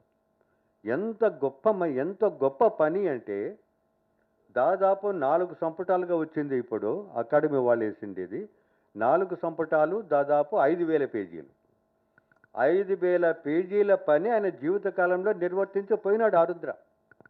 మనం ఎవరు కూడాను మన ఊరికే వింటాం అంతే, కానీ అది ఎంత తపస్సో మనం ఊహించుకోలేం మనం. అందులో గైరమ్మ అనే ఒక ఆమె, గైరమ్మ అని ఒక మంగలి వనిత, బీసీ. ఆ మంగలి వనిత ఆమె ఖుద్దుగా తయారవుతుంది, సతీసాగమనానికి తయారవుతుంది. ఆ ఊరికి ఒక ఇంగ్లీష్ మనిషి వస్తాడు. ఒక ఇంగ్లీష్ మనిషి వచ్చి ఆ ఊరికి ఆమెతో సతీ సగమం మానిపించాలని, అమ్మ సతీ సగమనము చాలా మూఢ విశ్వాసం తల్లి, నువ్వు పోతే కనుక నీ పిల్లల్ని ఎవరు చూసుకుంటారమ్మా, సతీ సగం మానయ్యి అని ఆమెకు బోధ చేస్తాడు ఆ ఇంగ్లీష్ మనిషి క్రిస్టియన్. అప్పుడు ఆమె ఏం చెప్తుందంటే, నేను సతీ సగమనం చేసి నా భర్తతో పాటు స్వర్గానికి పోతాను, అక్కడ స్వర్గ సుఖాలని పొందుతాను అని అంటుంది ఆమె. ఆమె ఎట్లా ఉంటుందంటే, కొత్త పెళ్లి కూతురు మాదిరి అలంకరించుకొని, తల్లో పువ్వులు పెట్టుకొని, కుంకుమ బొట్టు పెట్టుకొని, గాజులు వేసుకొని పెళ్లి కూతురు మాదిరి ఉంటుంది ఆమె. ఈ గైరమ్మ గురించిన చిన్న వృత్తాంతము సమగ్రాంధ్ర సాహిత్యంలో ఆరుద్ర గారు రికార్డు చేసినారు. అంతే. మరి ఆ గైరమ్మ అనే ఇన్సిడెంట్ను తీసుకొని గైరమ్మ క్యారెక్టర్ అంతా కూడాను ఆ నవలలో ఉంటుంది. గైరమ్మ క్యారెక్టర్ ఆ నవల్లో ఉంటుంది. అదే రకంగా వీరగల్లు అని వీరగల్లు అని ఒక కృత్యం ఉంది. వీరగల్లు ఏమి వీరగల్లు అంటే, అప్పుడన్నీ కూడా ఎక్కువ 18వ శతాబ్దంలో ఎక్కువ అన్ని సంస్థానాలు, వీధికొక రాజు, ఊరికొక రాజు, ఊరికొక పాలెగాడు, వీధికొక పాలెగాడు ఉండేవాళ్ళు. ఒక సంస్థానము ఇంకొక సంస్థానము మీద పడి దోచుకునేవాళ్ళు. మనం శ్రీకృష్ణదేవరాయల గురించి చాలా గొప్పగా చెప్పుకుంటాం, కానీ యుద్ధానికి మొట్టమొదట చేసే పని ఏమిటంటే కనుక ఊళ్ళని దోచుకోవడం. శ్రీకృష్ణదేవరాయలైనా సరే యుద్ధానికి ముందు కొంతమంది కొన్ని వందల మందిని బోయవాళ్ళని పంపించేసి ఊర్ల మీద దాడి చేయించి ఊరిని మొత్తం దోపిడీ చేస్తాడు. శ్రీకృష్ణదేవరాయలైనా సరే ఎవరైనా సరే అది ఒక యుద్ధ తంత్రం. యుద్ధానికి ముందు ప్రజల్ని హడలెత్తించడం. ఇది శ్రీకృష్ణదేవరాయలు కూడా చేస్తాడు ఈ పని. అంటే అంత కర్కశమైన కాలంలో ఒక సంస్థానము ఇంకొక సంస్థానం మీద పడి దోచుకుంటుంది. అప్పుడు ప్రతి గ్రామానికి వాళ్ళకేమి రక్షక భటులు ఎవరు ఉండరు. ఏ గ్రామంలో ఉండేవాళ్ళు ఆ గ్రామాన్ని కాపాడుకోవాల్సిందే. అప్పుడు ఆ గ్రామాన్ని కాపాడుకోవడానికి సామాన్య జనం నుంచి ఒక 2-3 బయలుదేరుతారు, 3-4 బయలుదేరుతారు. వాళ్ళు ఈ దొంగలతో కానీ లేదా పక్క సంస్థానం యొక్క సైనికులతో కానీ పోరాడి ప్రాణాలు అర్పిస్తారు. ఊరి కోసం ప్రాణాలు అర్పిస్తారు. వాళ్ళు ఊరి కోసం ప్రాణాలు అర్పించినారు అనే దీనితో వాళ్ళ స్మృతి చిహ్నంగా వీరగల్లు అని ఒక రాయి చెప్తారు. వీరగల్లు అని ఒక శిల్పం చెప్తారు. ఆ రాయి మీద ఏముంటుందంటే, ఒక పక్క సూర్యుడు ఉంటాడు, ఇంకొక పక్క చంద్రుడు ఉంటాడు. మధ్యలో శిరస్సు ఖండింపబడిన ఆ వీరుని శరీరం ఉంటుంది, చేతిలో కత్తి ఉంటుంది. అంటే ఆ సూర్య చంద్రులు ఉన్నారు అంటే అర్థం ఏమిటంటే, ఆ చంద్ర తారార్కము ఆ వీరుని యొక్క ఊరికి ప్రాణాలు అర్పించిన వీరుని యొక్క కీర్తి చిరస్థాయిగా ఆ చంద్ర తారార్కము ఉంటుంది అనడానికి ఆ చంద్రుడు బొమ్మ సూర్యుడు బొమ్మ 2 పక్కల వేసి ఉంటారు. అది వీరగల్లు అని అంటారు దాన్ని. అటువంటి వీరగల్లు అని కీర్తిని పొందినవాడు ఈ గైరమ్మ భర్త. ఈ గైరమ్మ భర్త అటువంటి వీరగల్లు వీరమరణం చెందిన తర్వాతనే గైరమ్మ అతనితో సతీ సగమనం చేస్తాడు. అంటే వీరగల్లు అని అంటారు. అదే రకంగా కరువు బీభత్సం చరిత్రలో రాయలసీమలోని కరువు బీభత్సాలు 1803 నుంచి 1905 వరకు రికార్డ్ అయినాయి గెజిట్లో. మొత్తం కరువుల పరంపర, 2 ఏళ్ళకి ఒకే సంవత్సరం తర్వాత సంవత్సరము కరువుల పరంపర. ఈ కరువుల పరంపరలో మనము బళ్ళారి కైఫీతులు చదివినప్పుడు ఒక వాక్యం కనిపిస్తుంది మనకి. ఆ వాక్యం ఏమిటంటే, ఇంగ్లీషు ద్వారా గుర్రం మీద పోతూ ఉంటాడు బళ్ళారిలో. ఆ ఇంగ్లీషు ద్వారా గుర్రం మీద పోతూ ఉన్నప్పుడు ఒక దృశ్యం చూస్తాడు. ఆ దృశ్యం ఏమిటంటే, రాయలసీమలో భయంకరమైన కరువు విలేతాండం చేస్తూ ఉంటుంది. అటువంటి కరువులో ఎక్కడ చూసినా మనుషులు కుప్పలు తెప్పలుగా ఎక్కడంటే అక్కడ పడిపోయి ఉంటారు, చనిపోయి ఉంటారు. శవాలు, పీనుగుల గుట్టలు. ఒక దృశ్యం ఏమిటంటే, అందులో ఈ దొర చూస్తూ ఉండగా అక్కడ ఒక స్త్రీ శవం పడిపోయి ఉంటుంది. స్త్రీ శవం. ఆ స్త్రీ శవాన్ని పైకి ఎక్కి ఆమె యొక్క బిడ్డ, ఆమె యొక్క బేబీ, ఆమె యొక్క బిడ్డ చనిపోయిన శవం యొక్క స్తనాలని, రొమ్ముల్ని పాలు కుడుస్తూ ఉంటుంది. శవం నుంచి పాలు వస్తాయి రాదో మనకు తెలుసా? ఇంత బీభత్సమైన కరువు గురించి బళ్ళారి గెజెట్ నోటిఫికేషన్లో ఒక చిన్న వాక్యం కనిపిస్తుంది.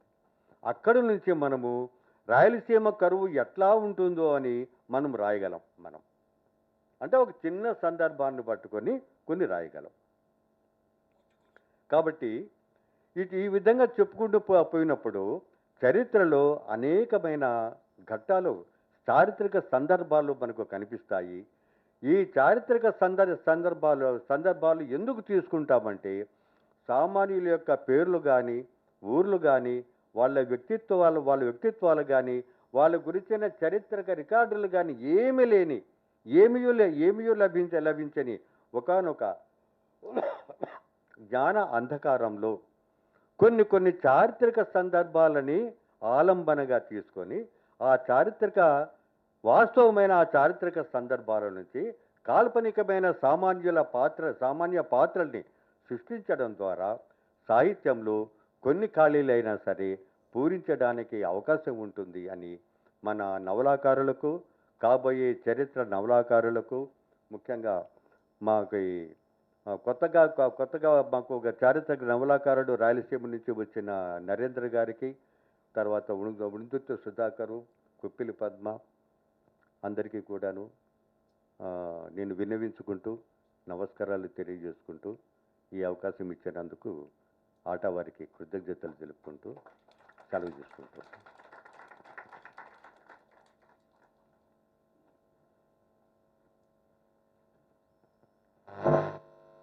థ్యాంక్ యూ స్వామి గారు. స్వామి గారు మాట్లాడిందంతా మనందరం చాలా శ్రద్ధగా విన్నాము. అయితే ఇక్కడ నాకు ఒక చిన్న విషయం గుర్తొచ్చింది. ఒకటేంటంటే ఎక్కువ టైం లేదు డీటెయిల్గా చాలా విషయాలు మాట్లాడుకోవటానికి. నాకే చాలా వినాలనిపించి ఎవరిని కూడా ఇంకా మాట్లాడితే బాగుందని ఉంది, కానీ అవకాశం సమయం లేకపోవటం వల్ల లేదు. నాకు ఒక వాక్యం చెప్పి నేను నెక్స్ట్ లేదా ఓకే థ్యాంక్ యూ. గురజాడ వారు నవలల మీద ఒక విమర్శనాత్మక వ్యాసం రాస్తూ అది 19 ఎగ్జాక్ట్ డేట్ గుర్తులేదు, ఇయర్ 15లో అనుకుంటా. ఆయన ఏమన్నారంటే రచయితలకి చరిత్ర అనేది ఒక డబ్బాకి తాళం వేసి, డబ్బాకి దేనికోదని తాళం పెట్టి తాళం వేయకపోవడం అంటే ఆ చెవి ఎటో పోతుంది, ఆ కీ ఏదో అయిపోతుంది, అలా ఉంటుంది మన రచయితలకి చరిత్ర అంటే అని ఒక వాక్యం గుర్తొచ్చింది. అయితే ఇప్పుడు నవలా చరిత్రను రాస్తున్న వాళ్ళు ఎవరైనా సరే రచయితల చరిత్రని ఎంత బాగా పట్టుకొని దాని చుట్టూ ఒక ఇన్సిడెంట్ చుట్టూ, అంటే మనకి తాజ్మహల్ నిర్మాణానికి రాళ్ళెత్తిన కూలీలు ఎవరు అన్నది తెలియదు అని మనం చాలాసార్లు చదువుకుంటూ ఉంటాము. కానీ దాని చుట్టూ స్వామిగారు లాంటి రచయితలు ఒక కథనాన్ని అల్లుతున్నారు. అది కాల్పనికత అని స్వామిగారు చెప్పారు, కానీ ఆ జీవితాన్ని పట్టి మనకు అందిస్తున్నారు. ఇప్పుడు ఎవరైనా నవలా సాహిత్య చరిత్ర కాత్యాయని గారు చాలా రాస్తారు నవలల గురించి. కాత్యాయని గారు రాసిన వ్యాసాలు చదువుకుంటే నవలల గురించి మనకు మొత్తం నవలా చరిత్ర తెలుస్తుంది. అలాగా ఇప్పుడు నవలా చరిత్ర రాసిన వాళ్ళు ఎవరైనా సరే ఇప్పటి రచయితలు నరేంద్ర గారు కానీ, సుధాకర్ గారు కానీ, ఇట్లా చాలామంది రాస్తున్నప్పుడు చరిత్ర చుట్టూ ఎట్లా పట్టి తెచ్చి మన దోసిట్లో పోస్తున్నారో మనకి తెలుస్తుంది. ఇప్పుడు నరేంద్ర గారిని మాట్లాడమని అడుగుతున్నాను. అసలే నాకు చాలా మొహమాటం, ఏమనుకోకండి, కొంచెం తొందరగా ఒక 10 to 15 minutesలో ముగించేసేయండి. సారీ.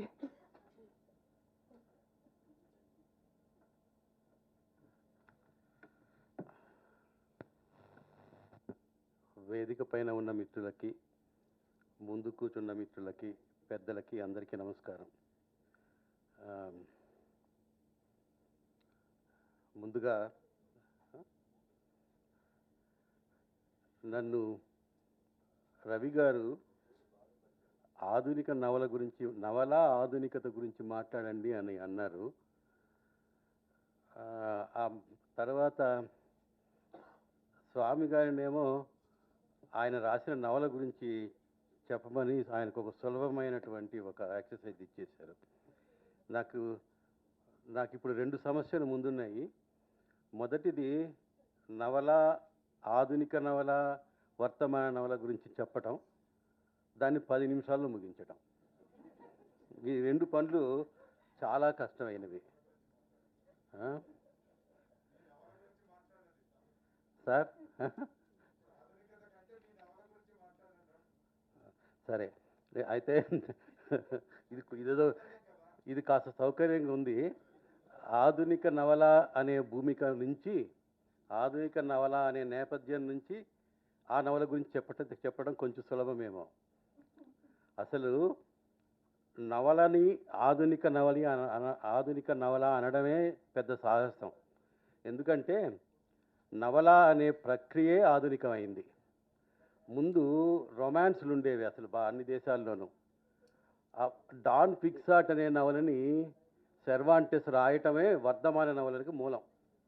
అంటే అభూతమైన కల్పనలు, అమానుషమైనటువంటి పనులు జరిగే వాటి నుంచి నేలకు తీసుకొచ్చినటువంటి ప్రక్రియే నవల. కాబట్టి నవల ఎప్పుడూ ఆధునికమైందే. అది సమకాలీన సామాజిక జీవితాన్ని గురించి చెప్పేదే నవల ఎప్పుడు. ఎలాగూ చారిత్రక నవల అనేటువంటి ఒక చర్చని మా స్వామి గారు ప్రారంభించారు కాబట్టి ఆయన చెప్పిన అంశాల దగ్గర నుంచి కొంత ముందుకు తీసుకెళ్ళొచ్చు. నేను చారిత్రక నవల అన్నా కూడా అది సమకాలీనమైన నవల అనే అనుకోవాలని నేను అనుకుంటాను. చారిత్రక నవల అయినా కూడా అది ఈ కాలానికి ఏదో చెప్పకపోతే దాన్ని ఎందుకు చదువుతాం మనం?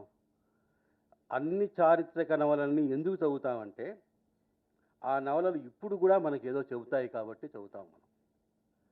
అది కేవలము చరిత్రే అయితే చరిత్ర రాసుకోవచ్చు మనం. చారిత్రక నవలలో చరిత్ర, సాహిత్యము రెండూ ఉంటాయి.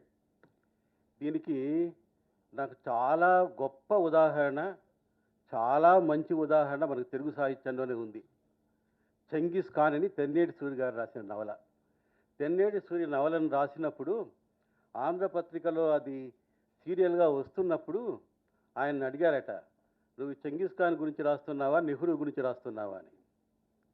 అంటే సమకాలీన రాజకీయాలకు నువ్వు వ్యాఖ్యానం రాస్తున్నావా అని. చెంగిస్ ఖాన్ నవలలో ఇప్పుడు కూడా మనకు జరుగుతున్నటువంటి సమాజమే ఉంది. కాలం వేరు కావచ్చు కానీ మానవ ప్రవృత్తి అదే. మనిషి చేసేటువంటి ప్రయాణం కూడా అదే. అందువల్ల చారిత్రక నవలలలో చరిత్ర, కల్పన రెండూ ఉంటాయి.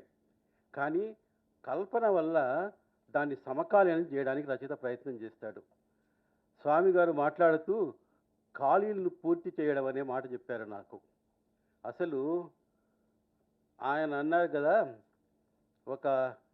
1.5 సంవత్సరం పాటు కొన్ని చరిత్ర పుస్తకాలన్నీ కుప్ప వేసుకొని చదువుతూ నవల రాశానని. దానికి భిన్నంగా జరిగింది నేను రాసే పని. ఆ నవల రాస్తాననేటువంటి ఊహైనా నాకు లేదు.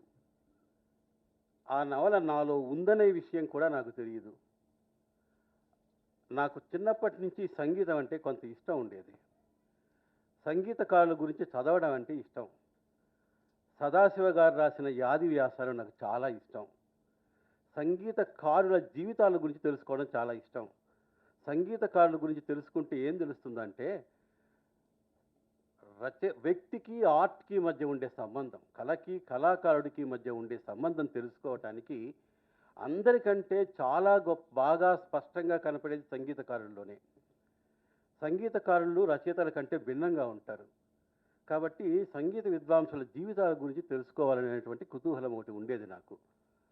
అప్పుడు నేను చాలా పుస్తకాలు దొరికాయి ఆ సమయంలో. ఇది రాయటం కూడా ఒక చారిత్రకమైన పనే. రచయిత అనేవాడు నిజానికి తానేవో చేస్తాడు అనుకుంటాడు, కానీ రచయిత కావలసింది, చేయగలిగింది, చేసేది ఒక కాలానికి, ఒక చరిత్రకి గొంతు కావడం మాత్రమే. అలా ఒక్కోసారి మన చేత రచనలు కూడా రాయింపజేసుకుంటాయి. రచయిత కూడా వాహకుడు మాత్రమే అవుతాడు, వాడు కూడా మీడియమే అవుతాడు. నేను ఇలా కొంతమంది ప్రసిద్ధమైనటువంటి సంగీత విద్వాంసుల పుస్తకాలు వచ్చాయి. ఇప్పుడు దాదాపు 10-15 మంది వచ్చాయి వరుసగా. ఒకే వ్యక్తి మీద 4-5 పుస్తకాలు వచ్చాయి. అందరూ ఆ పుస్తకాలు చదువుతూ ఉంటే అందరూ ఆ ప్రధానమైన పాత్ర గురించే చెబుతారు ఆ పుస్తకాల్లో. చదువుతూ ఉంటే చాలా ముఖ్యమైన వాళ్ళు ఉంటారు, మిగిలిన వాళ్ళు అలా వచ్చి అలా మాయమైపోతారు. వాళ్ళ గురించి మనకేం తెలియదు. వస్తారు వాళ్ళు, ఎక్కడో పేరు మాత్రం ఉంటుంది, పేరు మాత్రమే ఉంటుంది, మరి ఏం ఉండదు. కానీ వాళ్ళ జీవితాలు ఏంటి? చారిత్రక విభాత సంధ్యల్లో మానవుడి వికాసం ఎట్టిది, చీకటి కోణాల్లో దాగినటువంటి మనుషుల జీవితం ఎట్లా ఉంటుంది, వాటిని మీద ఎందుకో నాకు చాలా ప్రేమ పుట్టింది. ఆ మనుషులకి గొంతులు లేకుండా గొంతులు నొక్కేశారు వాళ్ళని మాట్లాడనివ్వడండి. వాళ్ళకి గొంతు ఇస్తే ఎలా ఉంటుంది అని మాత్రం అనుకున్నాను నేను. ఆ ఒక్క బీజంలోంచి ఆ నవల పుట్టింది. పుట్టిన తర్వాత ఆ చరిత్రని వాళ్ళు మాట్లాడాలంటే వాళ్ళని ఆ చారిత్రలోకి తీసుకెళ్ళాలి. ఈ చారిత్రక నవలలో రచయితకి చాలా పరిమితులు ఉంటాయి, చాలా స్వేచ్ఛ ఉంటుంది.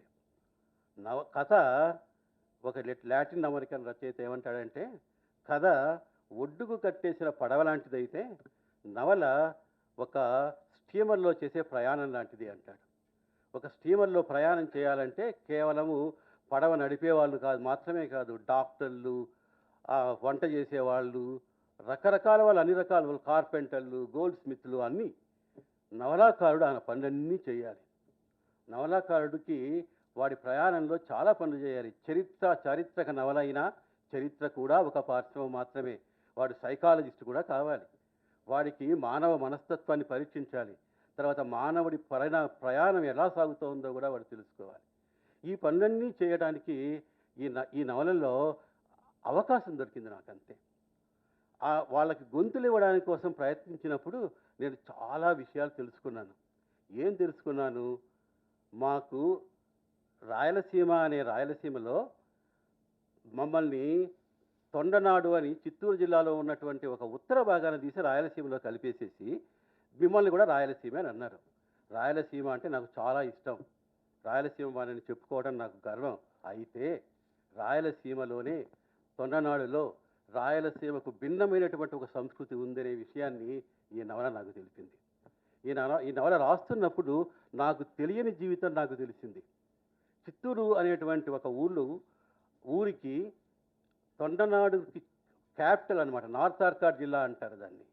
ప్రాచీన నార్త్ ఆర్కాడ్ జిల్లాలో ఒక ఉత్తర భాగాన్ని తీసుకొచ్చి రాయలసీమలో కొంత కలిపేశారు. 1911లో ఈ చిత్తూరు జిల్లా పుట్టింది. అంతకు మునుపు అది చాలా పెద్దదిగా ఉండేది. ఈ విశాలమైనటువంటి ఈ తొండనాడు అనే భాగం, విల్లుపురం నుంచి చిత్తూరు దాకా ఉన్నటువంటి ఈ భాగం మొత్తము కన్యాకుమారి నుంచి మద్రాసు వరకు ఉండేటువంటి ఈ కర్ణాటక సంగీతము, తర్వాత భరతనాట్యము భూమికగా ఉన్నటువంటి ఈ గొప్ప సంస్కృతిలో ఒక అఖండమైనటువంటి భాగం అనే విషయం నాకు తెలిసింది. చిత్తూరు అనే ఊరికి గొప్ప సంగీత వారసత్వం ఉందనే విషయం తెలిసింది నాకు. డికే పట్టమ్మాள் పుట్టిన ఊరది. చిత్తూరు నాగయ్య పెరిగిన ఊరది. చిత్తూరు సుబ్రహ్మణ్యం పిల్ల గారని మన మధురానగరిలో అనే జావళి రాసినటువంటి వాడు అక్కడే పుట్టాడు. మహావిద్వాంసురాలు వీణ ధనమ్మ గారికి జావళీలు రాసినటువంటి ధర్మపురి సుబ్బరాయన్ గారు పుట్టిన ధర్మపురి. ఈ తమిళము తెలుగు స్నేహంగా చేతులు పట్టుకొని నడిచిన చోట్లంతా గొప్ప సంస్కారము, గొప్ప సాహిత్యము, గొప్ప సంగీతము వచ్చాయి. భాషా ప్రయుక్త రాష్ట్రాలనే పేరుతో రాష్ట్రాలు విడగొట్టిన తర్వాత, అనవసరమైనటువంటి భాషల ఫ్యానటిజం మనకు పుట్టిన తర్వాత మాత్రమే మనకి ఇటువంటి సంకుచితమైనటువంటి వచ్చాయి. కానీ అంతకు మునుపు మనకి గొప్ప సంస్కృతి అంతా తంజావూరులో, మదురైలో కూడా ఉంది తెలుగు సంస్కృతి. రాజరాజ నరేంద్రుడి అమ్మమ్మ గారి ఊరు మదురై. మహాభారతానికి పుట్టులు మదురై అంటాం మనం. ఈ గొప్ప సత్యాన్ని, నాదైన జీవితాన్ని నాకు ఈ నవల తిప్పింది. ఇది నేను తెలుసుకున్నాను. ఈ నవల నా ప్రయాణం, నా వేళ్ళని, నాకున్నటువంటి మూలాల్ని తెలుసుకోవడానికి ఈ నవల ఉపయోగపడింది. ఇది కేవలం దేవదాసిల నవల మాత్రమే కాదు. ఇది ఒక గొప్ప అవకాశాన్ని ఇచ్చింది నాకు. ఏం అవకాశాన్ని ఇచ్చింది? మానవీయమైనటువంటి సంబంధాలకు ఉన్నటువంటి వైచిత్ర్యంతా అక్కడ చూసేటువంటి అవకాశం కలిగింది నాకు. కళకి కళాకారుడికి మధ్య ఉన్నటువంటి సంబంధం మాత్రమే కాదు, దేవదాసీలకి ఈ దుర్మార్గపు పితృస్వామ్య వ్యవస్థ ఒక కృత్రిమమైనటువంటి room of their own create చేసి ఇచ్చి వాళ్ళకు ఒక స్వేచ్ఛనిచ్చి వాళ్ళకు గొప్ప విద్వాంసుల్ని తయారు చేసింది సత్యమే. కానీ ఆ చీకట్లో చాలా గొప్ప మానవ విలువలను తెలుసుకునే అవకాశం పుట్టింది. స్త్రీ పురుష సంబంధాలు, వివాహం, ఒంటరిగా జీవించడం, కుటుంబం, పిల్లలు, వీటికి సంబంధించినటువంటి అనేక అంశాల గురించినటువంటి వ్యాఖ్యానం చేయటానికి, సత్యాన్ని తెలుసుకోవటానికి ఈ నవలకు గొప్ప అవకాశాన్ని ఇచ్చింది. ఇది తెలుసుకొని చేసిన పని కాదు. కొలంబస్ ఏదో కనిపెట్టాలని ఏదో చేశాడు కదా, నేను కూడా జరిగింది ఇదే. నేను కూడా చేయాలనుకున్నది ఏదో జరిగింది, కానీ ఈ నవల గొప్ప అవకాశాన్ని ఇచ్చింది. నా వేళ్లను నాకు చూపెట్టిందన్నాను కదా, తొండనాడు అనేటువంటి ఒక గొప్ప సంప్రదాయాన్ని మాకు చూపెట్టింది. ఇది నన్ను ఇది చాలా పెద్ద విషయం, దీన్ని చెప్పడానికి అవకాశం లేదు. తొండనాడు గురించి చెప్పమంటే మీకు రేపు తెల్లవారుదాకా చెబుతాం. తొండనాడులో మహాభారత యజ్ఞం జరుగుతుంది, అదొకటి చెప్పి పూర్తి చేస్తాను. మహాభారత యజ్ఞం జరుగుతుంది. పగల మధ్యాహ్నం 2 గంటలకు మహాభారతం చెప్పడం మొదలెడతారు. మహాభారతం అప్పుడు మొదలెడితే రాత్రి దాన్నే నాటకంగా ఆడుతారు మా వాళ్ళు. కంగుందు కుప్పం వాళ్ళు వస్తారు, రాత్రి అంతా ఆడుతారు. మా తొండనాడు గురించి నేను రాత్రి అంతా చెప్పగలను మీకు, కాబట్టి దానికి అంత సమయం లేదు. అయితే ఈ మహాభారతం ఇంకో తమాషా చెప్పి ముగిస్తాను. కురుక్షేత్ర యుద్ధంలో ఆంధ్రులందరూ కౌరవుల పక్షంలో పోరాడారు. మా తొండనాడులో మాత్రం పాండవ పూజ ఉంది. పాండవ పూజ ఉంది. తర్వాత దీనికి కారణం ఏమని అడిగితే ఒక ఆయన అన్నాడు, కురుక్షేత్ర యుద్ధం తర్వాత కొంతమంది పాండవుల సైనికులు వచ్చి తొండనాడులో స్థిరపడ్డారు, అందువల్లనే మీరు పాండవ భక్తులు అయ్యారు అని. ఆంధ్రుల్లో ఇప్పటికీ కూడా కౌరవులు అంటేనే ప్రేమ, దుర్యోధనుడు అంటేనే మన సినిమా వాళ్ళకు ఇష్టం, కానీ మాది పాండవ పూజ. మా సంస్కృతి వేరు, మా నాగరికత వేరు, మేము మీ వాళ్ళనే, మమ్మల్ని కలుపుకోండి.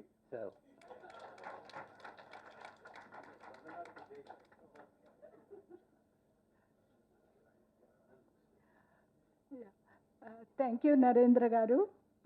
స్వామి గారు, నరేంద్ర గారు మాట్లాడుతూ మన మధ్యకి ఆరుద్ర గారిని, దేవపుత్ర గారిని అండ్ తెన్నేటి సూరి గారు, సదాశివ గారు,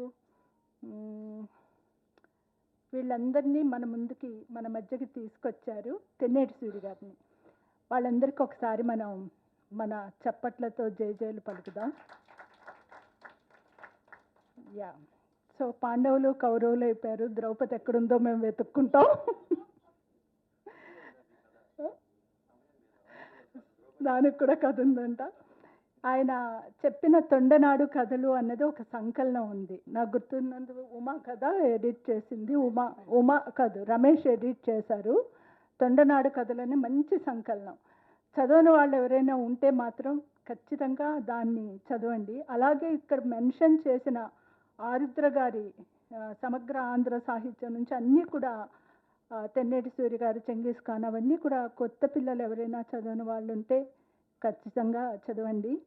ఇప్పుడు ఒకప్పుడు ఆంధ్రభూమి పత్రిక మీద కవర్ పేజీగా వచ్చిన నాగకుమారి గారు ఈరోజు మనందరి ముందు మనకి నవలల గురించి మాట్లాడతారు. రండి.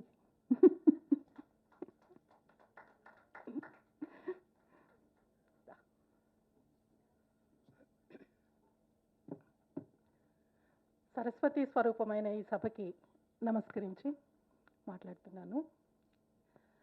సాహితీ ప్రక్రియలో మనం ముఖ్యంగా చెప్పుకోవాలంటే కథ గురించి, నవల గురించి చెప్పుకోవాలి. కథ ఒక్క రోజులో జరిగే ఇన్సిడెంట్ అనుకుంటే, నవల ఒక జీవితకాలం జరిగే రకరకాల సంఘటనల సముదాయంగా చెప్పుకోవచ్చు. అయితే ఈ నవల అంటే ఏంటి అసలు, ఇది లిఖిత రూపం ఎందుకు వచ్చింది, దీని ఇంపార్టెన్స్ ఏంటి అనేది చెప్తాను. సో ముందుగా మనకి ఒక్కసారి ఊహించుకోండి, మన పూర్వీకులు ఏం చేసేవాళ్ళు, తాతలు ఏం చేసేవాళ్ళు, వాళ్ళ ఫాదర్స్ ఏం చేసేవాళ్ళు. ఎవరు చెప్తారు మనకి? చిన్నప్పుడు మన పేరెంట్స్, మన గ్రాండ్ పేరెంట్స్ చెప్తారు. అదంతా మౌఖికం. మనిషి ఎప్పుడైతే రాత నేర్చుకున్నాడో అది లిఖితమైంది, అదే నవలైంది. సో అట్లా రికార్డ్ చేస్తూ వస్తున్నారు. ప్రతి రచయిత తమ సమకాలీన జీవన చక్రాన్ని ఒక రకంగా రికార్డ్ చేస్తాడు, డాక్యుమెంటేషన్ చేస్తాడు. ఓకే, సో ఇలా డాక్యుమెంటేషన్ చేయడం అనేది నిజానికి చాలా లెబోరియస్ ప్రాసెస్. సుమారుగా ఒక నవల రాయటానికి 6 నెలల సమయం పడుతుంది క్షుణ్ణంగా రాస్తే. ఇంకా ఎక్కువ కూడా తీసుకునే వాళ్ళు ఉన్నారు. బాహుబలి సినిమాని వారు తీసినట్టుగా సంవత్సరాల తరబడి రాసేవాళ్ళు కూడా ఉన్నారు. సో ఇలా రాస్తున్నప్పుడు చాలా ఫ్యామిలీ అవర్స్ని కోల్పోవాల్సి వస్తుంది, సోషల్ లైఫ్ ఉండదు, చాలా వాటికి దూరం అవ్వాల్సి వస్తుంది. ఇలా దూరం అయ్యి రాస్తేనే ఆ రచన నిలబడుతుంది, ముందు పత్రికల్లో ప్రచురించబడుతుంది. అయితే ఇలాంటి జీవితాన్ని ప్రతిబింబిస్తూ తమదైన దృక్పథంతో, తమదైన దృక్కోణంతో ఎంతోమంది రచయితలు కథలు రాస్తూ ఉన్నారు, నవలలు రాస్తూ ఉన్నారు. సో ఇవి చదవటం వల్ల ఏమొస్తుంది? ఎందుకు చదవాలి? చదవటం వల్ల ఏమొస్తుంది? ప్రతి మనిషి ఒకే ఒక జీవితాన్ని జీవిస్తాడు, కానీ మనిషి సంఘజీవి. సంఘంలో ఎంతోమంది వ్యక్తులు ఉంటారు. సో అన్ని రకాల జీవితాలని ఒకేసారి జీవించిన ఈ జీవితంలోనే జీవించిన ఫీలింగ్ కావాలి అంటే చాలా పుస్తకాలు చదవాలి. అయితే ఈ జనరేషన్లో మన యూత్ పుస్తకాలు చదువుతున్నారా? ఖచ్చితంగా చదవట్లేదు. ఎందుకు అంటే నేను ఈ మధ్య యూట్యూబ్లో నా నావెల్ ఒకటి అప్లోడ్ చేస్తున్నాను. దాంట్లో ఈ నవల వింటున్న వారి వయసు కూడా ఇస్తారు, వాళ్ళు చాలా అనాలిసిస్లు ఇస్తారు. నాకు అన్ని ఇస్తారని తెలీదు. దాంట్లో 50 సంవత్సరాల పైవాళ్ళు, 65 సంవత్సరాల లోపలి వాళ్ళు మాత్రమే ఈ నవలలు వింటున్నారంట, ముఖ్యంగా నా నవల. ఓకే, అది వచ్చిన తర్వాత నేను చాలా షాక్ అయ్యాను. తర్వాత ఒకసారి అన్నీ రివైజ్ చేసుకున్నాను. నేను వెళ్ళిన సాహితీ మీటింగ్స్కి 30 ఏళ్ల లోపు వాళ్ళు ఎంతమంది వచ్చి ఉంటారో అని ఆలోచించాను. ఇక్కడ కూడా 30 ఏళ్ల లోపు వాళ్ళు వచ్చి ఉంటే వాళ్ళు ప్రొఫెషనల్స్ అయి ఉంటారు, ఉమామహేశ్వరరావు గారి స్టూడెంట్స్ అయి ఉంటారు, లేదా కెమెరా డిపార్ట్మెంట్ వాళ్ళు అయి ఉంటారు. అంత కాకుండా వేరే ఉన్నారా? సో అది పరిస్థితి. అందుకని రవి వీరెల్లి గారు నన్ను అడిగారు, ఏమండి నవలా సాహిత్యంతో ఇప్పటి యువతని ఆకట్టుకోవటం ఎలా? సో ఇది చాలా పెద్ద ప్రశ్న. వీళ్ళు ఇప్పుడు చదవట్లేదు. మీరు ఎవ్రీ ఆల్టర్నేట్ డే ఫేస్బుక్ సీరియస్గా ఫాలో అయితే ప్రతి రైటరు పెడుతుంటారు, నా దగ్గర బీరువాల కొద్దీ పుస్తకాలు ఉన్నాయి, ఇంట్లో తిడుతున్నారు, ఆడ రైటర్ కానివ్వండి, మగ రైటర్ కానివ్వండి, ఇదే సమస్య. సో నా తర్వాత చదివే వాళ్ళు ఎవరు లేరు. ఒకప్పుడు పుస్తకాలని ఎంత జాగ్రత్తగా, ఎంత అపురూపంగా దాచుకునే వాళ్ళమంటే ఖచ్చితంగా దాన్ని అక్కడ పేర్చుకోవాలి. అవి ఆస్తులు కావు, డాలర్స్ కావు, ఏం కావు, కానీ ఆ పుస్తకాలని అలా దాచుకోవటంలో ఒక ఆనందం. చదివేసిన తర్వాత మళ్ళీ చదవకపోవచ్చు కూడా జీవితకాలంలో. అయినా కానీ నా దగ్గర ఈ కలెక్షన్ ఉంది, శరత్ కలెక్షన్ ఉంది, ఆ కలెక్షన్ ఉంది, ఈ కలెక్షన్ చెప్పుకోవటం కూడా మనకి ఒక ప్రివిలేజ్. అలా పుస్తకాలని దాచుకునేవాళ్ళం. కానీ ఇప్పుడు ఆ పుస్తకాలని దాచుకోవడానికి చోటు లేదు, ముందు మనసు లేదు. నెక్స్ట్ ఎవరు చదువుతారు? చాలామంది 50s, 60s ఉన్న వాళ్ళు ఫేస్బుక్లో పెడుతుంటారు, నా తర్వాత ఈ పుస్తకాలను ఏం చేయాలి నాకు అర్థం కావట్లేదు అని. నేను ఒకటే క్వశ్చన్ అడుగుతాను, మీ ఇంట్లో పిల్లలకి పుస్తకాలు చదివే అలవాటు ఎందుకు కాలేదు? మీరు ఎందుకు అలవాటు చేయలేదు వాళ్ళకి? ఒకటే ఒక క్వశ్చన్, పుస్తకాలు చదివే అలవాటు పిల్లలకి ఎందుకు కాలేదు? అంటే దీన్ని ఇక్కడికే నేను ఆపేదలుచుకోలేదు. మరి ఇప్పటి యూత్ డిఫరెంట్గా ఉన్నారండి, అందుకని చదవట్లేదు, రెస్ట్లెస్గా ఉన్నారు. అయితే వాళ్ళందరి దగ్గర మొబైల్స్ ఉంటాయి కదా, వాళ్ళు యూట్యూబ్లు చూస్తుంటారు, నెట్ఫ్లిక్స్లు చూస్తుంటారు, వాళ్ళు చూసే ఓటీటీ ప్లాట్ఫామ్స్ అవి డిఫరెంట్, స్టాండింగ్ కామెడీలు చూస్తుంటారు, కానీ పుస్తకాలు చదివే అలవాటు లేదు. అంటే టెక్నాలజీ వల్ల పుస్తకాలు చదివే అలవాటు తగ్గిందా? అలాంటప్పుడు అమెరికాలో మనకంటే ముందే ఎంతో గొప్ప టెక్నాలజీ వచ్చింది. అక్కడ హ్యారీ పాటర్ ఎన్ని కాపీలు అమ్ముడుపోయిందో మనకు తెలుసు. అంటే అక్కడ ఇంకా చదివే హ్యాబిట్ ఉంది. పిల్లలకు కూడా పుస్తక పఠనం అనేది ఒక పెద్ద హాబీలాగా చేస్తున్నారు అక్కడ. మనం ఇక్కడ చేయలేకపోతున్నాం. సో మీకు ఇంకా వెనక్కి వెళ్తామా, మళ్ళీ పుస్తకాలు చదివే రోజులు వస్తాయా అంటే నేను 2 ఉదాహరణలు చెప్తాను. మా చిన్నప్పుడు ఆల్ ఇండియా రేడియో అంటే చిన్న ట్రాన్సిస్టర్ ఉండేది ఇంట్లో. దాంట్లో ఆదివారం పూట కనుక క్రికెట్ కామెంటరీ వస్తే మా నాన్నగారు వినేవాళ్ళు. మాకేమో బాల వినోదమో, బాలానందమో లేకపోతే సంక్షిప్త శబ్ద చలనచిత్రం అని సినిమా గంట సేపట్లో వచ్చేది. అది వినటానికి చాలా అసలు ఇట్లా ఎదురు చూసేవాళ్ళం. అది దొరికేది కాదు, ఇంట్లో ఒక రేడియోనే ఉండేది. సో తర్వాత టెలివిజన్ వచ్చింది. రేడియో వినే శ్రోతలు లేరు, ఓన్లీ టెలివిజన్కి అతుక్కుపోయారు. కానీ ఒక్కసారి ఎఫ్ఎం రేడియోలు వచ్చిన తర్వాత, టోరీ రేడియోలు వచ్చిన తర్వాత ఆ రేడియో వినటం కూడా, ఆ రేడియో జాకీలతో సమానంగా మాట్లాడడం కూడా ఒక క్రేజ్. సో అది ఒక ఉదాహరణ. నెక్స్ట్, ఇప్పుడు యూత్ చాలామంది, నాకు మ్యారేజ్ కన్సల్టెన్సీ ఉంది. సో పెళ్ళికి వ్యతిరేకంగా ఉన్నారు. పెళ్ళి చేసుకోవాలా, సింగిల్గా ఉంటే ఏమైంది, వీఆర్ హ్యాపీ, ఎందుకంటే డబ్బులు ఉన్నాయి, అన్నీ ఉన్నాయి. కానీ అదే పెళ్ళిని మళ్ళీ 5 రోజుల పెళ్లి చేస్తున్నారు. ఒకరోజు మెహందీ, ఒకరోజు బ్యాచిలర్స్ పార్టీ. సో రకరకాలుగా చేసి, అంటే పెళ్ళి అనే ఈవెంట్ పట్ల ఆసక్తి పెరుగుతోంది. తర్వాత కౌన్సిలింగ్కి వెళ్తారా, ప్రీ మెరైటల్ కౌన్సిలింగా, మెరైటల్ కౌన్సిలింగా, దట్ ఈస్ డిఫరెంట్. సో పెళ్లి పట్ల ఆసక్తి పెరగటానికి దాని చుట్టూరా ఒక కొత్త అట్రాక్షన్స్ అనేవి ఏర్పడ్డాయి. సో అదేవిధంగా ఈ నవల రచనకు కూడా ఇలాంటిది కావాలి. మీరు భారతీయంలో రైటర్స్ని చూస్తే, జాతీయ స్థాయిలో రైటర్స్ అంటే ఇంగ్లీష్లో రాసే రైటర్స్ని చూస్తే, అప్పటి ఆర్కే నారాయణ్ దగ్గర నుంచి ఇప్పటి చేతన్ భగత్ దాకా ఎవరి రీడర్స్ వాళ్ళకి స్పష్టంగా ఉన్నారు. సో మధ్యలో అనితా దేశాయ్ వీళ్ళంతా ఇంగ్లీష్లో రాసే రైటర్స్ కొంతమంది పాపులర్. సో నేను ఒక్కసారి ఈ చేతన్ భగత్ ఇంత పాపులర్ అని చాలామంది నా దగ్గరికి వచ్చే క్లయింట్స్ వాళ్ళు చెప్పిన తర్వాత సెట్ మొత్తం తెప్పించుకుని చదివాను. వై హీ ఈజ్ పాపులర్, మనం ఏం మిస్ అవుతున్నాం, ఏం రాయలేకపోతున్నాం, ఎందుకు చదవలేకపోతున్నారు, మన రచనల పట్ల ఆ క్రేజ్ ఎందుకు లేదు యూత్కి. ఆయన ఏం జరుగుతుందో అదే రాస్తున్నాడు, అంటే మనం మారలేదు. సో అదే విలువలు ఉండాలి, ఫ్యామిలీ ఉండాలి, పద్ధతిగా ఉండాలి, ప్రీమెరైటల్ సెక్స్ ఉండకూడదు, పెళ్ళికి ముందర టచ్ ఉండకూడదు. సో ఇలాంటి రచనలే రాస్తున్నారు. అలాంటి మామూలు సంసార పక్షం రచనలు రాసేసరికి బహుశా యూత్కి వాళ్ళకి సో నాకెందుకు వాళ్ళ ఇంట్లో జరిగే గొడవ అది నాకెందుకు అన్న ఫీలింగ్ వస్తుంది. అతనికి కావాల్సిందేదో, అంటే ఇప్పుడు యూత్లో అబ్బాయిలు ఉన్నారు అంటే వాళ్ళకి ఖచ్చితంగా గర్ల్ ఫ్రెండ్ ఉంటుంది, ఆ అమ్మాయికి ఇంకో అబ్బాయి ఫ్రెండ్ ఉంటాడు, లేదా ఇంకొకళ్ళు ఉంటారు. సో ఈ మల్టిపుల్ రిలేషన్షిప్స్, ఈ వరీస్లో ఉన్నారు వాళ్ళు. వాళ్ళ కెరియరా, బిజినెస్సా, ఒక చిన్న బిజినెస్ చేసి వాడెవడో లక్షలు సంపాదించేశాడు, వీడెవడో వీసా సంపాదించి వెళ్ళిపోయాడు. సో వాళ్ళకు ఇలాంటి సమస్యలు ఉన్నాయి. ఈ సమస్యలకు అనుగుణంగా నవలలు రాయలేకపోతున్నాం. సో అందుకని వాళ్ళు చదవట్లేదు అనుకుంటున్నాను. సో నెక్స్ట్, అదేవిధంగా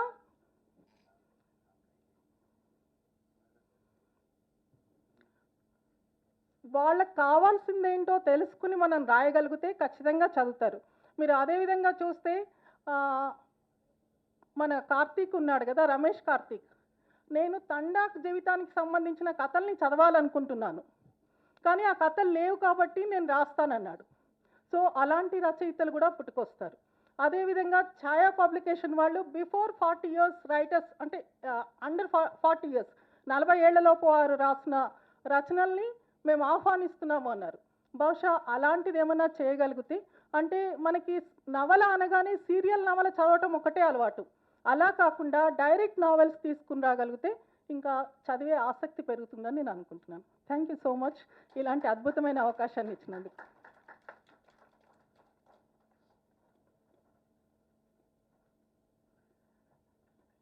థ్యాంక్ యూ నాగకుమారి గారు. ఈ మధ్య సోషల్ డైలమా అని ఒక డాక్యుమెంటరీ వచ్చింది. ఆ డాక్యుమెంటరీ చూసిన వాళ్ళు చాలామంది ఇక్కడ ఉండుంటారు, లేకపోతే చూడండి. ఏంటంటే ప్రెజెంట్ డే సోషల్ మీడియాలో కానీ వేరే చోట కానీ మనం ఎట్లా కన్జ్యూమర్స్గా మారుతున్నాము, ప్రతి ఒక్కళ్ళం వినియోగదారుడిగా ఎట్లా మారుతున్నాం అంటే అది వచ్చినప్పుడు యంగ్ జనరేషన్ ఎందుకు రాయట్లేదు అన్న విషయం మీద ఒక పెద్ద చర్చ జరుగుతుంది. చదువుతున్నారా చదవట్లేదా అని. పిల్లలు చదువుతున్నారు. వాళ్ళకి ఏం కావాలి అన్నది వాళ్ళకు ఒక క్లారిటీ కూడా ఉంది. అయితే యంగ్ జనరేషన్ ముందు నేను ఇక్కడున్న చాలామంది కంటే కూడా ఎక్కువ ఇన్ఫర్మేషన్ వాళ్ళకి ఇన్స్టెంట్గా దొరికే సోర్స్ ఇప్పుడు ఎక్కువైనప్పుడు విపరీతమైన సినిమాలు చాలా ఫాస్ట్గా అనేక ప్లాట్ఫామ్స్ వస్తున్నప్పుడు వాళ్ళకి కావలసినట్టుగా వాళ్ళు చదివేటట్టుగా వాళ్ళ కుతూహలం, ఒక క్యూరియాసిటీ రెండు ఒకటే, జ్ఞానం ఇవన్నీ ఇచ్చేటట్టుగా రాయగలిగే స్థితిలో మనం ఉన్నామా? అంటే నిజంగానే మనకి యంగర్ జనరేషన్కి ఏం కావాలి అనేది ఎంతమంది రైటర్స్కి తెలుస్తూ ఉంది. వాళ్ళకి మధ్య ఒక కనెక్ట్ ఉందా లేదా అన్నది కూడా మనం ఒక స్టడీ చేయాలి. ఎందుకు అంటే ప్రపంచవ్యాప్తంగా చదువుతున్న పిల్లలు చాలామంది ఉన్నారు.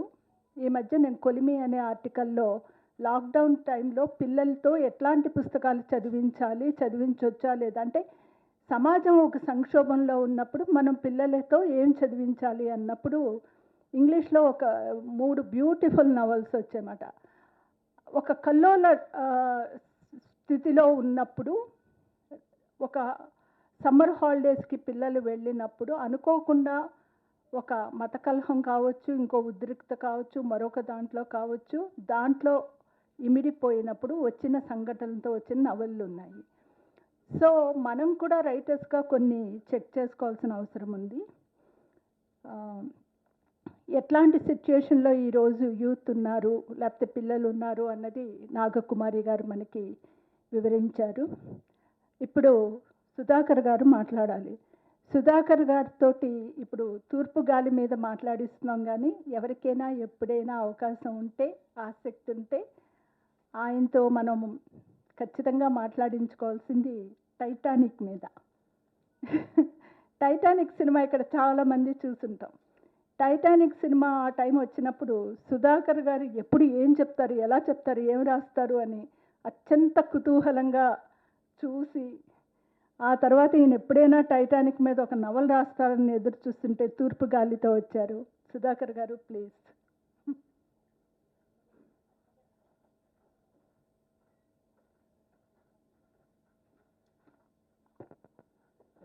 సభకి నమస్కారం. నేను ఏదో రాసుకొచ్చాను కానీ అదేది నేను చదవను, ఎందుకంటే అసలు టైం లేదు. ఇప్పుడు ఎవరికి ఎక్కడికి టైం లేదు, ఎవరిని అడిగినా టైం లేదని అంటారు. అంతే చదవడం, నవలు చదవడం అంటే చాలా టైం పడుతుంది, రాయడం అంటే ఇంకా టైం పడుతుంది. ఈ టైం లేని రోజుల్లో వేళ పేళ లేకుండా రాస్తూ కూర్చోవడం, చదువుతూ కూర్చోవడం. మనం ఫోనే చూసుకుంటామా, వాట్సాప్ మెసేజ్లే చూసి జవాబులు ఇస్తామా, నవల్లో చదువుతామా? ఎలా అవుతుందండి, ఎలా సాధ్యం ఇవాళ పరిస్థితుల్లో? అంచేత నవలు రాయడం, కథలు రాయడం ఇవన్నీ కొన్ని పాతకాలపు అలవాట్లు మాలో కొందరికి ఉండిపోయాయి. అందువల్ల మన్నించమని కోరుతూ మొదలు పెడతాను. సభకు నమస్కారం. నా తొలి నవల యారాడకొండ. ఈ నవలకు బహుమతి ఇచ్చి ప్రోత్సహించినటువంటి ఆటా సంస్థ వారికి మొదట ధన్యవాదాలు తెలియజేసుకుంటున్నాను. అంతవరకు నేను నవల రాయలేదు. అది కూడా అసలు రాయడం కూడా గత 4-5 ఏళ్లలోనే మొదలుపెట్టాను, అంటే 60 దాటిన తర్వాత. అంటే నాకు వేరే ఇంకే వ్యాపకం లేనప్పుడు రాయడం మొదలుపెట్టాను. అంతవరకు కూడా నా టైంని బాగా యూటిలైజ్ చేసుకొని ఎంతో కొంత గడిచి పోగు చేసుకొని ఇప్పుడు మరి వేరే పని లేక ఇవన్నీ చేస్తున్నాను. అది అసలు విషయం. కాబట్టి రెండోది ఏంటంటే ఈ పుస్తకాన్ని చక్కగా తీసుకొచ్చినటువంటి అన్వీష్కి వారికి, తర్వాత ఈ పుస్తకం రాసేటప్పుడు తన ఎడిటింగ్ బాధ్యతల్ని చాలా సమర్థవంతంగా నిర్వహించినటువంటి గుర్తి బ్రహ్మానందం గారికి నా ప్రత్యేకమైనటువంటి ధన్యవాదాలు తెలియజేసుకుంటున్నాను. ఈ విధంగా ఈ నవల బయటకు వచ్చింది. సరిగ్గా ఇవాటికి 1 సంవత్సరం అయింది ఆ నవల వచ్చి. అది దానికి కృతజ్ఞతలు చెప్పేశాను అప్పుడే. అంటే నేను చేసింది చాలా తక్కువ అని చెప్తున్నాను. అయితే మరి బహుమతి తీసుకున్నామని కొంత మీరు అడగచ్చు. అది ఎందుకంటే అది ఊరికి అది తీసుకుని కూడా అది వేరే వేరే రూపాల్లో మా ఫ్రెండ్స్ అందరికి పంచాను. అయితే అయితే ఇక్కడ ఈ కథ ఈ రాసుకొచ్చింది కాకుండా నేను ఒకటి చెప్దాం అనుకుంటున్నాను. 4 సూత్రాలు 3 గుణపాఠాలు. ఈ నవల రాసే క్రమంలో నేను నేర్చుకున్న విషయాలు కొత్తగా రాశాను కాబట్టి కొత్త పిచ్చిగాడు పొద్దెరగడు, అంచేత వాడికి అన్ని ఆశలు ఎక్కువగా ఉంటాయి.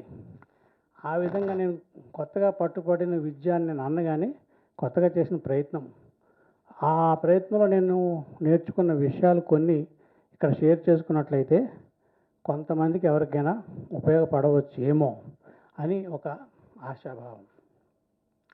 4 సూత్రాలు నేను పాటించానని చెప్తున్నాను. సూత్రాలనండి, సూత్రీకరణలనండి, ఇవి నేను కనుక్కున్నవి కాదు. ఎంతోమంది పెద్దలు కనుక్కొని వాటిని ఆచరించారు. రచయితలు కానీ, నవలాకారులు కానీ, సామాజిక శాస్త్రవేత్తలు కానీ, ఆ వాటిని నేను కూడా వినియోగించుకున్నాను. మొట్టమొదటి సూత్రీకరణ ఏంటంటే, భౌగోళిక నిర్దిష్టతలే చరిత్రని నిర్దేశిస్తాయి. అంటే ఒక ప్రాంతంలో ఏం పండుతాయి, అది కొండ ప్రాంతమా, అడవి ప్రాంతమా, నదీ తీరమా, సముద్ర తీరమా, అక్కడ వాళ్ళ ప్రజలు ఏం తింటారు, వాళ్ళు ఏం పనులు చేస్తారు, ఏం పాటలు పాడుకుంటారు, వాళ్ళ సంస్కృతి ఏమిటి, వాళ్ళ సాహిత్యం ఏమిటి, అంటే అవన్నీ భౌగోళికంగా నిర్దేశించబడిన విషయాలు. అక్కడ సంస్కృతి ఆ విధంగానే ఉంటుంది. ఇప్పుడు మనకి ఏడారిలో ఉండే సంస్కృతి ఒకలాగా ఉంటుంది, కొండ ప్రాంతాల్లో ఉండే సంస్కృతి ఒకలాగా ఉంటుంది, మనకు తెలుసు. అలాగే విశాఖపట్నం వరకు వస్తే యారాడకొండ లేకపోతే విశాఖపట్నం రేవు లేదు, విశాఖపట్నం రేవు లేకపోతే విశాఖపట్నం ఊరు లేదు, విశాఖపట్నం నగరం లేదు. ఇవాళ మనకి కాస్మోపాలిటన్ నగరంగా, మహానగరంగా, పారిశ్రామిక కేంద్రంగా విస్తరించినటువంటి విశాఖపట్నం ఆ రేవు మీదే ఆధారపడి పెరిగింది. ఆ రేవుకి మూల కారణం సహజ సిద్ధమైన రేవుగా ఏర్పడడానికి యారాడకొండ ప్రధానమైన కారణం. అలాగే ఒక చారిత్రక నవలని రాసేటప్పుడు ఒక సంధి కాలాన్ని లేదంటే ఒక కీలకమైన సంఘటనని తీసుకొని దానికి కొంచెం ముందుకి వెనక్కి వెళ్ళి ప్రయాణించి ఒక నిర్మాణం చేస్తే అది ఒక నవలగా మారే అవకాశం ఉంటుంది. అందుకు చాలా ఉదాహరణలు ఉన్నాయి. నాకు బాగా నచ్చిన పుస్తకాలు కొన్ని చెప్తాను. ట్వైలైట్ ఇన్ ఢిల్లీ అని ఒక నవల ఉంది. అది అహ్మద్ అలీ అని ఆయన రాశాడు.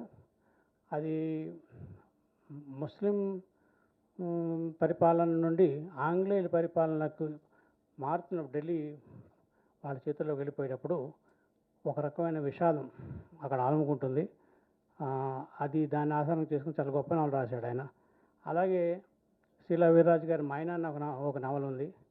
అది రెండో ప్రపంచ యుద్ధ కాలంలో బర్మా నుంచి తెలుగువాడు చాలామంది పారిపోయి వచ్చేసారు.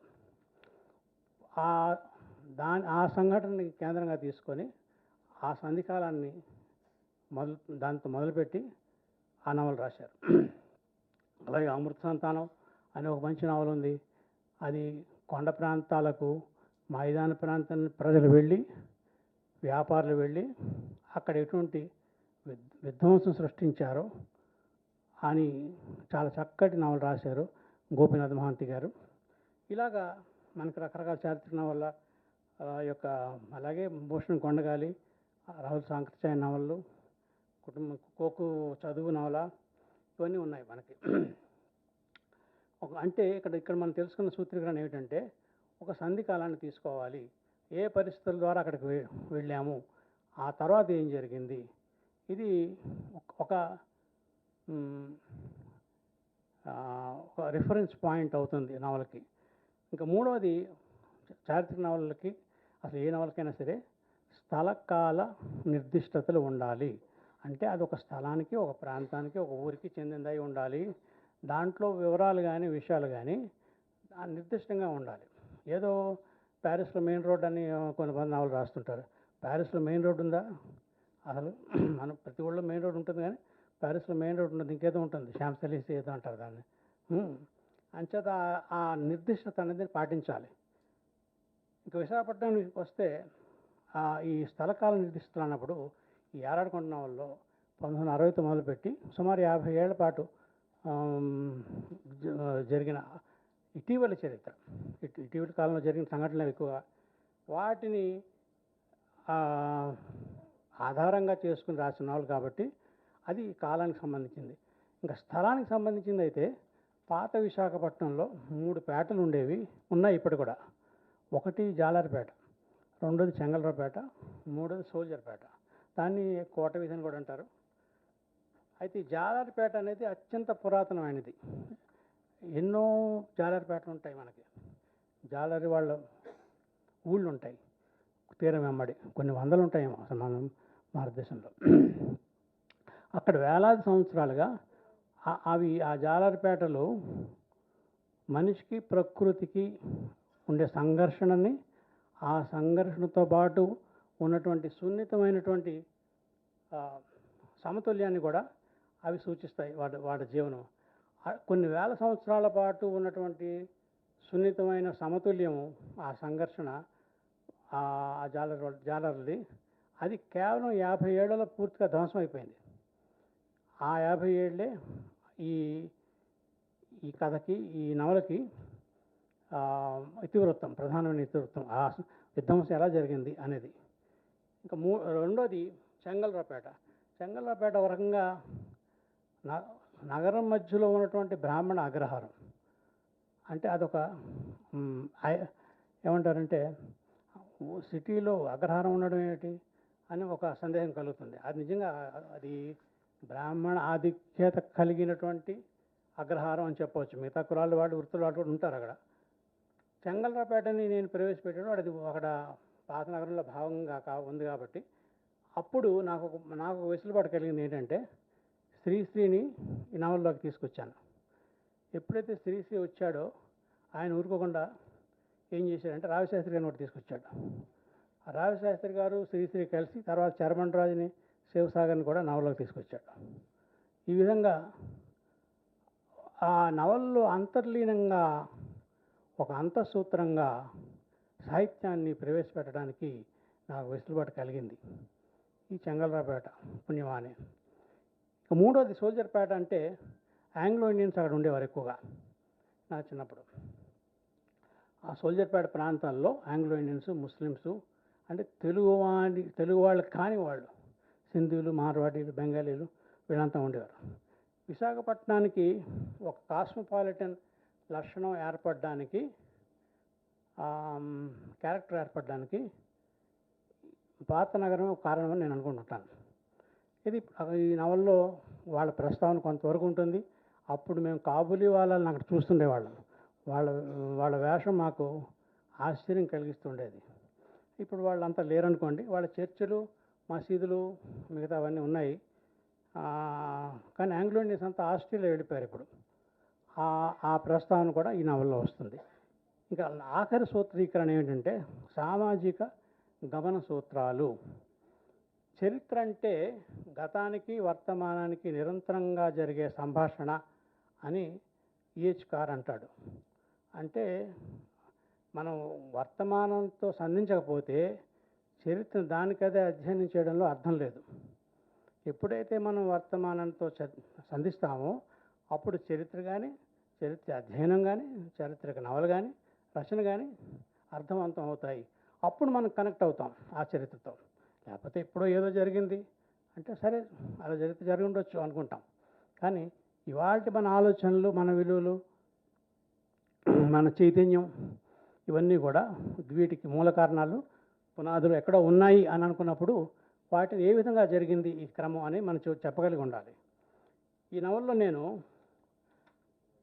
పరోక్షంగా ప్రత్యక్షంగానే చెప్పినవి ఏమిటంటే అప్పటికి నవల మొదలయ్యే కాలానికి అంటే 1965 నాటికి స్వతంత్రం వచ్చి సుమారు 20 ఏళ్ళు అయింది. ఆ అభివృద్ధి ఫలితాలు అందరికీ అందలేదు, కొన్ని సమూహాలకు బతిగా అందలేదు. అప్పుడు పరిశ్రమల కోసం, పరిశ్రమలు వస్తాయి, ఉద్యోగాలు వస్తాయి అని ఒక ఆశాభావం ఒకటి ఉండేది. అప్పుడే మనకి విశాఖ ఉక్కు, ఆంధ్రుల హక్కు అన్న ఉద్యమం కూడా వచ్చింది. అంటే మనకి ఇక్కడ ఉక్కు ఫ్యాక్టరీ పెడితే మనకు ఉద్యోగాలు వస్తాయి, ఈ ప్రాంతం అభివృద్ధి చెందుతుంది అనేటువంటి ఒక నమ్మకం ఉండేది అప్పుడు. ఆ తర్వాత అదే కాలంలో అవినీతి పెరిగిపోయింది, దళారులు విజృంభించారు, వ్యవస్థ పట్ల అసంతృప్తి పెరిగిపోయింది. యాంగ్రీ యంగ్ మ్యాన్ వచ్చారు. అంటే ఒక రొమాంటిక్ హీరోగా ఉన్నటువంటి రాజేష్ ఖన్నా స్థానంలో ఒక యాంగ్రీ యంగ్ మ్యాన్గా అమితాబ్ బచ్చన్ వచ్చాడు. అది ఆ కాలానికి ఒక సంకేతం. అలాగే స్థానికంగా అంతర్జాతీయంగా చూసుకున్నట్లయితే ప్యారిస్ విద్యార్థులు తిరుగుబాటు జరిగింది.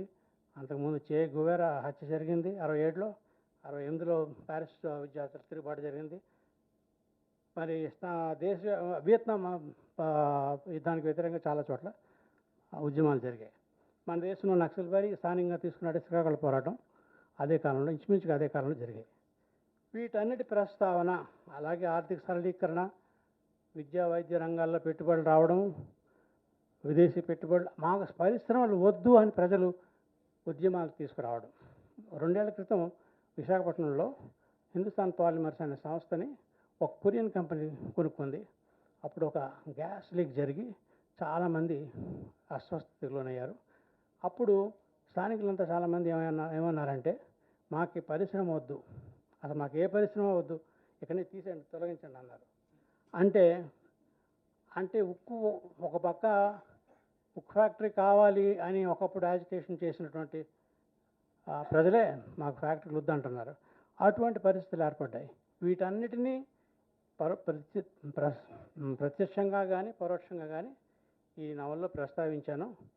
ఇవన్నీ అనవసరం కానీ కొంతమంది అన్నారు. ఏమన్నారంటే, ఈ ఉద్యమాలు ఇవన్నీ దీంట్లో అవసరమా అన్నారు. అవసరమా అంటే ఒక సాంఘిక నవల రాసేటప్పుడు అక్కడ ప్రతిస్పందనలు, ప్రజల యొక్క ప్రతిస్పందనలు, రాజ్యం యొక్క పాలసీలకి ప్రతిచర్యలు ఉంటాయి.